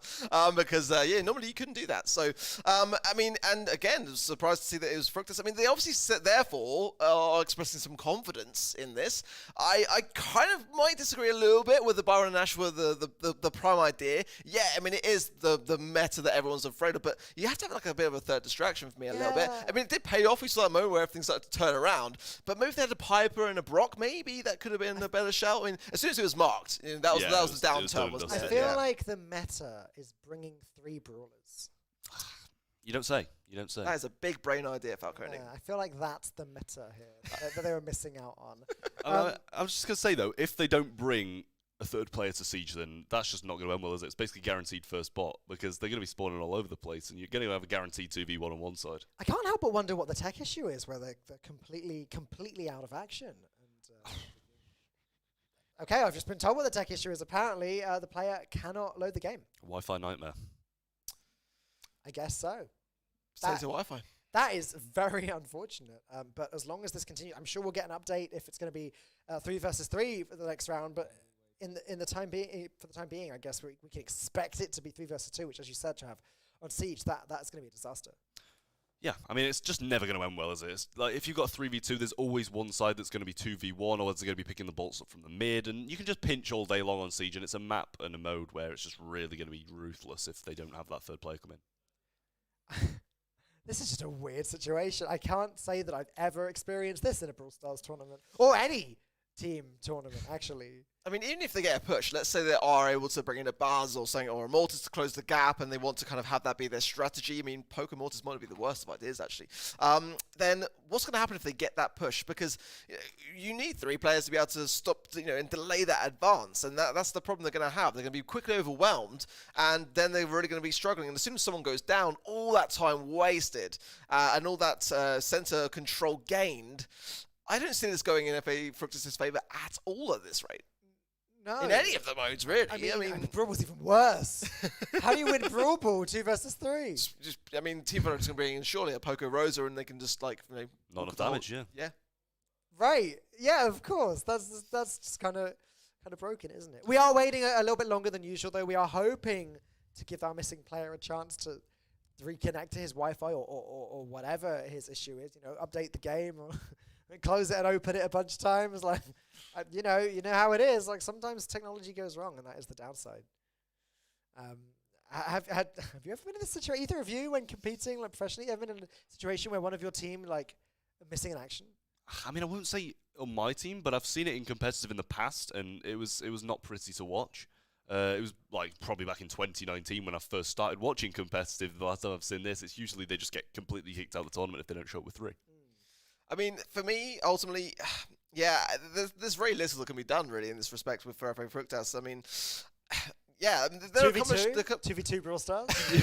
Let's make it an even playing field. They're really accomplished players, and that's the reason why they're thinking that they can handle it on their own. But again, it doesn't really necessarily matter about the level of skill of the team that you're facing. Obviously, to get even to this point, they've got to have some promise. So, when you're outmatched and outnumbered, I mean, there's so little that can be done. I think realistically, actually, Bounty was probably the best chance of starting off and getting one on the board here.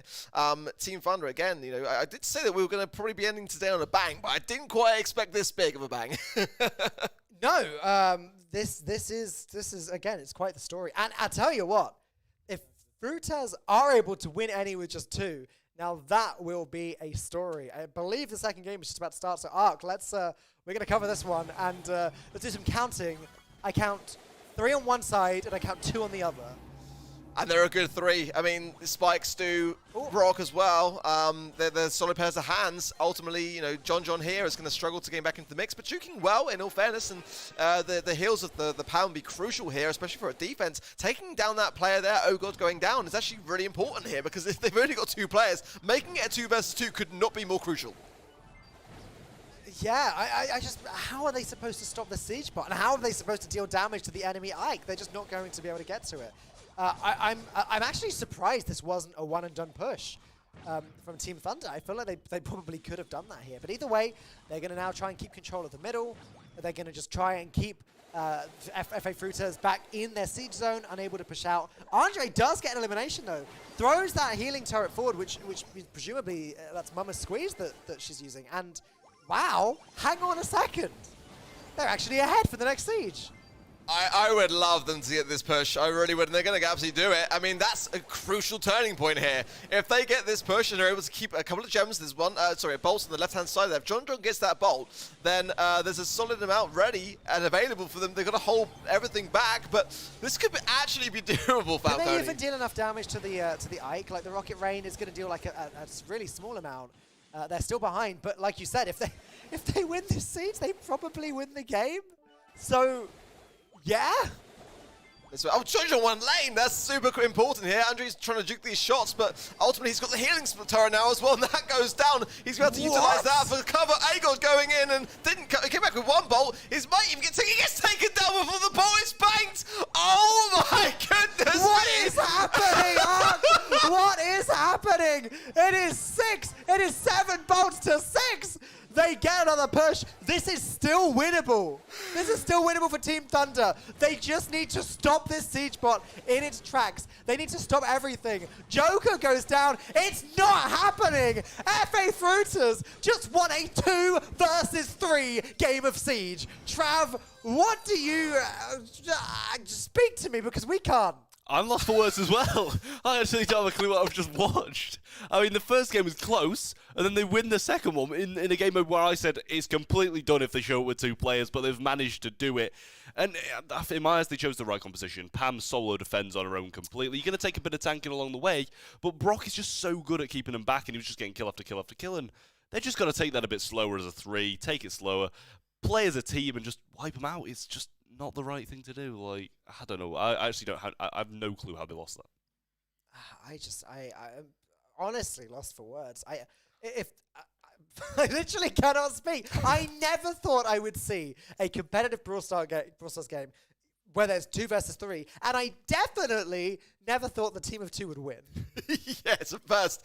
I think it's fair to say it's a first. But I think Trav nailed it head. Honestly, getting the comp right here was actually really, really important.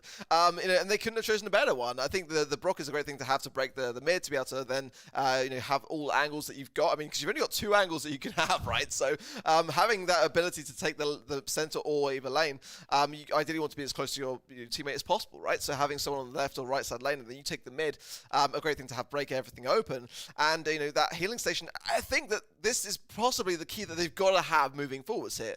They've got to start to think, right, what is the best possible comp? And to be fair, they did a great demonstration of that in Bounty also. I mean, it wasn't my preference of the Baron Ash, but it did do really, really well. And more pros than not would say that is the best 2 brawlers to have here. So are we going to see it going into our next map and mode? The question for me is, like, I feel like a Rosa here is better, but ultimately that's where we're going to see Team Thunder go with the range. So I think range worked better for them in Siege than the up close and personal idea in Bounty. I think they kind of have to go range again here. I mean, look, hopefully the 3rd player will come back, okay? But look, I know that we said Siege should be impossible in 2 versus 3, but Brawl Ball, come on. Quick goals, though. I was going to say, though, the thing is, Team Thunder, if they're going to play it smart, they're going to show up with Poco double tank. Poco with a Rosa, just slow him down with a Rosa and just walk over him. Yeah. Yeah, I mean, Poco, Byron, like really anything that can sort of out-heal the damage that can be... Because we've seen so many times that sort of we used to call the slambulance comp, didn't we? We've seen so many times the Poco double tank on Brawl Ball just show up and just storm the goal and just win immediately, and that's against teams of 3. So for me, what about Max and B? I mean, you got B for the tank. I mean, it's a weird combo. You wouldn't normally run it, but you kind of need the speed to get some sort of maneuverability on the map. They can't go down. That in itself's a challenge. But you kind of need to have a B here. I mean, you just do. Like, they're going to bring out tanks. It's a great brawler to have in your back pocket for overtime, no matter what the comp that you're facing is anyway. So I feel like if they're not going to bring in the Max, which again I kind of feel like is a bit, you've got to bring in B here. You just simply must. This is really interesting. Like, this is the most we've had to actually talk about compositions and theory craft all day, because this is not a situation that any of us have seen before, and I'm sure it's not a situation you guys watching back home have seen before. Wow. Huh. It's a statement. I mean, getting that win with 2 players is a statement. So I think the question that we've got to ask as well is, have Team Thunder, been shocked by that? Have they been stirred enough? And, if you can get inside the mind of your opposition sometimes, you let those kind of insecurities start to cause the cracks. Again, if they don't go in with that Poco double tank idea, and they might be kind of, shaken enough to maybe not consider it here. And if that happens, maybe things will work out differently. But again, I think you're right. They're going to have to run it. I feel like this is probably the biggest chance realistically where we're going to see FA just fall behind again. I think they're going to probably lose Brawl Ball. I think they're going to probably come back after that in Gem Grab, and we're going to go all the way to the final set with a 3 versus 2. Sounds some serious very optimism. specific predictions. I tell you what, though, Trav was wrong about the 3-0. Yeah, well, can you blame me? Come on, there's got to be an exception or something here. It's not the best prediction I've ever heard. You said king of predictions, you predicted a 3-0. A real king of prediction wouldn't let some random freak scenario. I mean, to be fair, I'd have expected it to be 3-0 the other way in the other case. So, I mean, if I'd have found out, I'd have predicted 3-0 the other way. So I'll still have been wrong. I'll accept my losses. I'm still in with the 3-1, but I've just kind of deviated away from it now towards the 3-2 potentially. I just don't see any way that Team Thunder don't take this next game. It's got to be a 3-1. There's no way that Team Thunder, again, assuming it's still 3v2, there's no way that Team Thunder can lose Brawl Ball. It just can't happen. It shouldn't happen. It shouldn't. But they shouldn't have lost Siege. Yeah, that's true. Yeah. And again, the only real advantage that FA Victors have got is that Brawl could be over very quickly. If they get just a really, really good, solid start and get some takedowns and maybe 2 takedowns, make it 2 versus 1, we might see an early goal. Then if they can hold in some way, in some capacity. It just doesn't work out to me because there's just so much more ammo on the other side. Well, here we go. You guys, take this away. It looks like we're jumping into game 3. We're taking our advice for it as well, and I mean, there's not a lot they can do, to be honest. John's going to throw his super out, but that is a huge waste of a super, in my opinion. Yeah, he really should have held that. I mean, that's in this instance, that's gold, really. Look at as well on the left-hand side there, the creep through as well, the shooting fork heals coming in. There is the value, and that's why Griff was a really smart pick here, coming back as well, but there's the heal behind it from Joker. And again, the ball was going to Audrey. It's actually could favour, I don't want to say favour, but FA Practice may be able to get this ball out. Yeah, I mean, John literally cycled 3 supers there, so I mean, if he can do it again, then it's looking not too bad, but I mean, there's just too much pressure. That's a super shot in right there. I mean, he goes for the shot and heal anyway, but it is done, and it's making it 2-1. Yeah, that just kind of hurt to watch a little bit. Sprobble. I mean, that's what we expected, I mean, we said that's what we expected to happen in Siege as well. I mean, I'm still amazed that it wasn't a one-and-done push from Team Thunder. But yes, Brawl Ball is over and done with. Team Thunder are now 1 game away from getting qualifying to the next round. I mean, not necessarily in the way that they would have wanted to. It's getting the victory, but maybe it's more of a moral victory, really. I mean, ultimately, really a moral victory for them. Well, a moral victory then in that case. Yeah, I mean, it's definitely not what we expected, really. I mean, FA Victors were the better team in my opinion, but again, with only 2 players, I mean, there's only so much they can really do. So I would like to see. I think we would all like to see them win a game of Gem Grab, wouldn't we? Yeah, but I mean, how realistic is it? You're always losing one of the lanes and the gem carriage to have pressure on the whole game. It's literally... Yeah. I said about Siege, but this one has got to be literally impossible. Oh. Well, now I really want to see FA Fruiters win this one. Literally impossible. I mean, to be fair, I just still don't get how they won Siege. I really don't. I know I'm fixating on that, but it doesn't make any sense. Yep. Yeah, I mean, just if you get some control and, again, they've got to make it a 2 versus 2. It's such a weird thing. So Every single time. Every single time. They've basically got to be on top of it, and that's where the Brawlers are going to be quite key. I mean, okay, so what Brawlers are we going to see in Gem Grab with a 2 versus 3 on Horror Mine? I think you've kind of got to go for a B mid, right? I think something like that. Actually, I'm going for a Gene. The turnaround capability has got to be there. Like a Gene Tara or something like that. We can bully a Gene a lot, though. They bring in tanks in. Yeah, but it only takes one pull. It takes one pull. It's true. Yeah, I mean, one pull is all it takes. A very well-timed pull. And then a very efficient retreat. I want to say Bell and Rico. I think they've got to go with the range. I think they've got to keep everything at bay, and Rico can suck a lot of tanks if they bring in those. But or Byron Ash could be a shout. Byron Ash again. Well, it didn't work the first time, but that's not to say that it won't work here in Hard Rock Mine. Of course, if FA Fruiters do win this, we will go all the way to Game 5, which will be Bounty on Layer Cake, which I guess is possible to win as a 2. It's probably easier to win that than Brawl or Gem Grab or Siege, realistically. But yeah, we're going to be finding out very shortly. Again, I assume that we're waiting just a little bit longer just to see if we can get that third player back and ready. But I haven't heard any updates, so my guess is that... Oh, we're going into game. All right, Trav, we got this one. Let's see what happens. Game number 4, FA Fruiters with 2 players up against Team Thunder with 3. It is going to be Enrico, which I'm pretty sure Ark predicted. He's got it on point, and he's boasting about it right now. You can't see him or hear him, but he is there, and he's doing a little fist bump kind of thing. Yeah. We got an M Spike Tara coming out though. Like, I'm not sure what that's about either. On the side of I'm gonna have to Ganarlos. Yeah, I mean, I'm not sure what this comp is either. FA Fruit, Team Thunder. I'm looking at the wrong one. Well, I mean, they managed to get 2 gems so far, so that's something.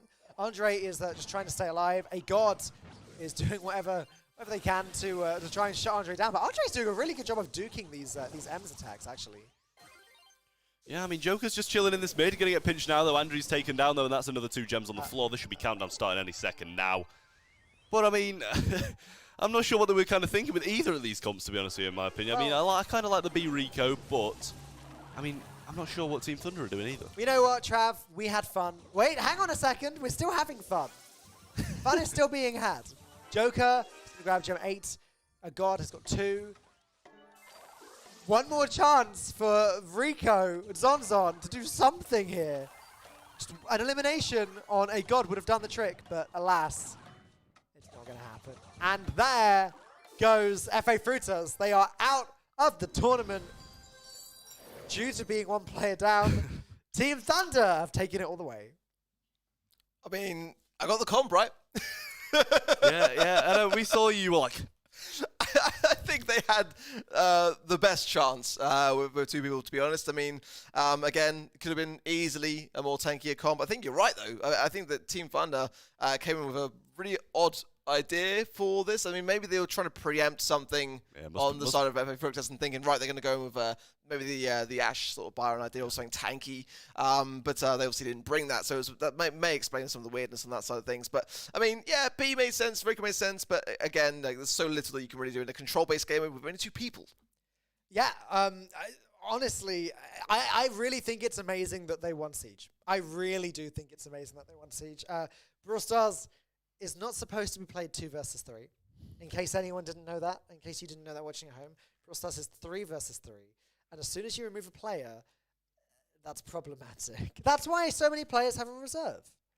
Yeah, I mean, teams like Clash, have 4 players and will switch them out and switch them back in, most importantly, many a time in tournaments, and you can rarely even tell which one's been swapped out because they're so consistent with 4 people. But yeah, I mean, ultimately, it makes a big difference when someone is not able to play, then you kind of want to bring someone else in, and that was clearly not available to FA Fructus. Well, I believe, fellas, that is actually going to wrap us up for the day, as Na'Vi is actually claiming a free win against Aurora, who decided that they weren't going to compete today. They have dropped their spot, so Na'Vi is automatically going through to the quarterfinals, which means we have our full quarterfinals lineup, which I believe we can take a look at. Correct me if I'm wrong, production team, but I believe that we have not quite ready just yet. Okay, very soon we'll be taking a look at it. So I don't want to run through that just yet. But guys, I want to hear, I think I know the answer. Oh no, okay, we're just not going to do it. Okay, that's fine.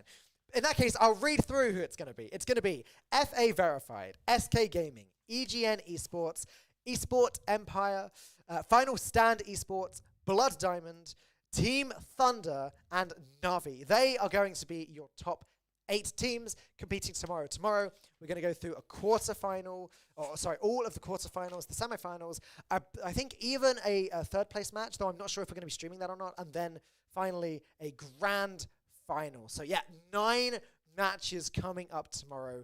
You are not going to want to miss it. I want to give a huge shout out to Razer for putting this tournament on, and Intel as well for sponsoring, etc. So thank you to those guys. Thank you, of course, to Supercell and everyone on the Brawl Stars esports team for helping to make that happen and doing their part of it. They're always super cooperative and always super into all of these events, and it's great to see. So thanks to those guys as well.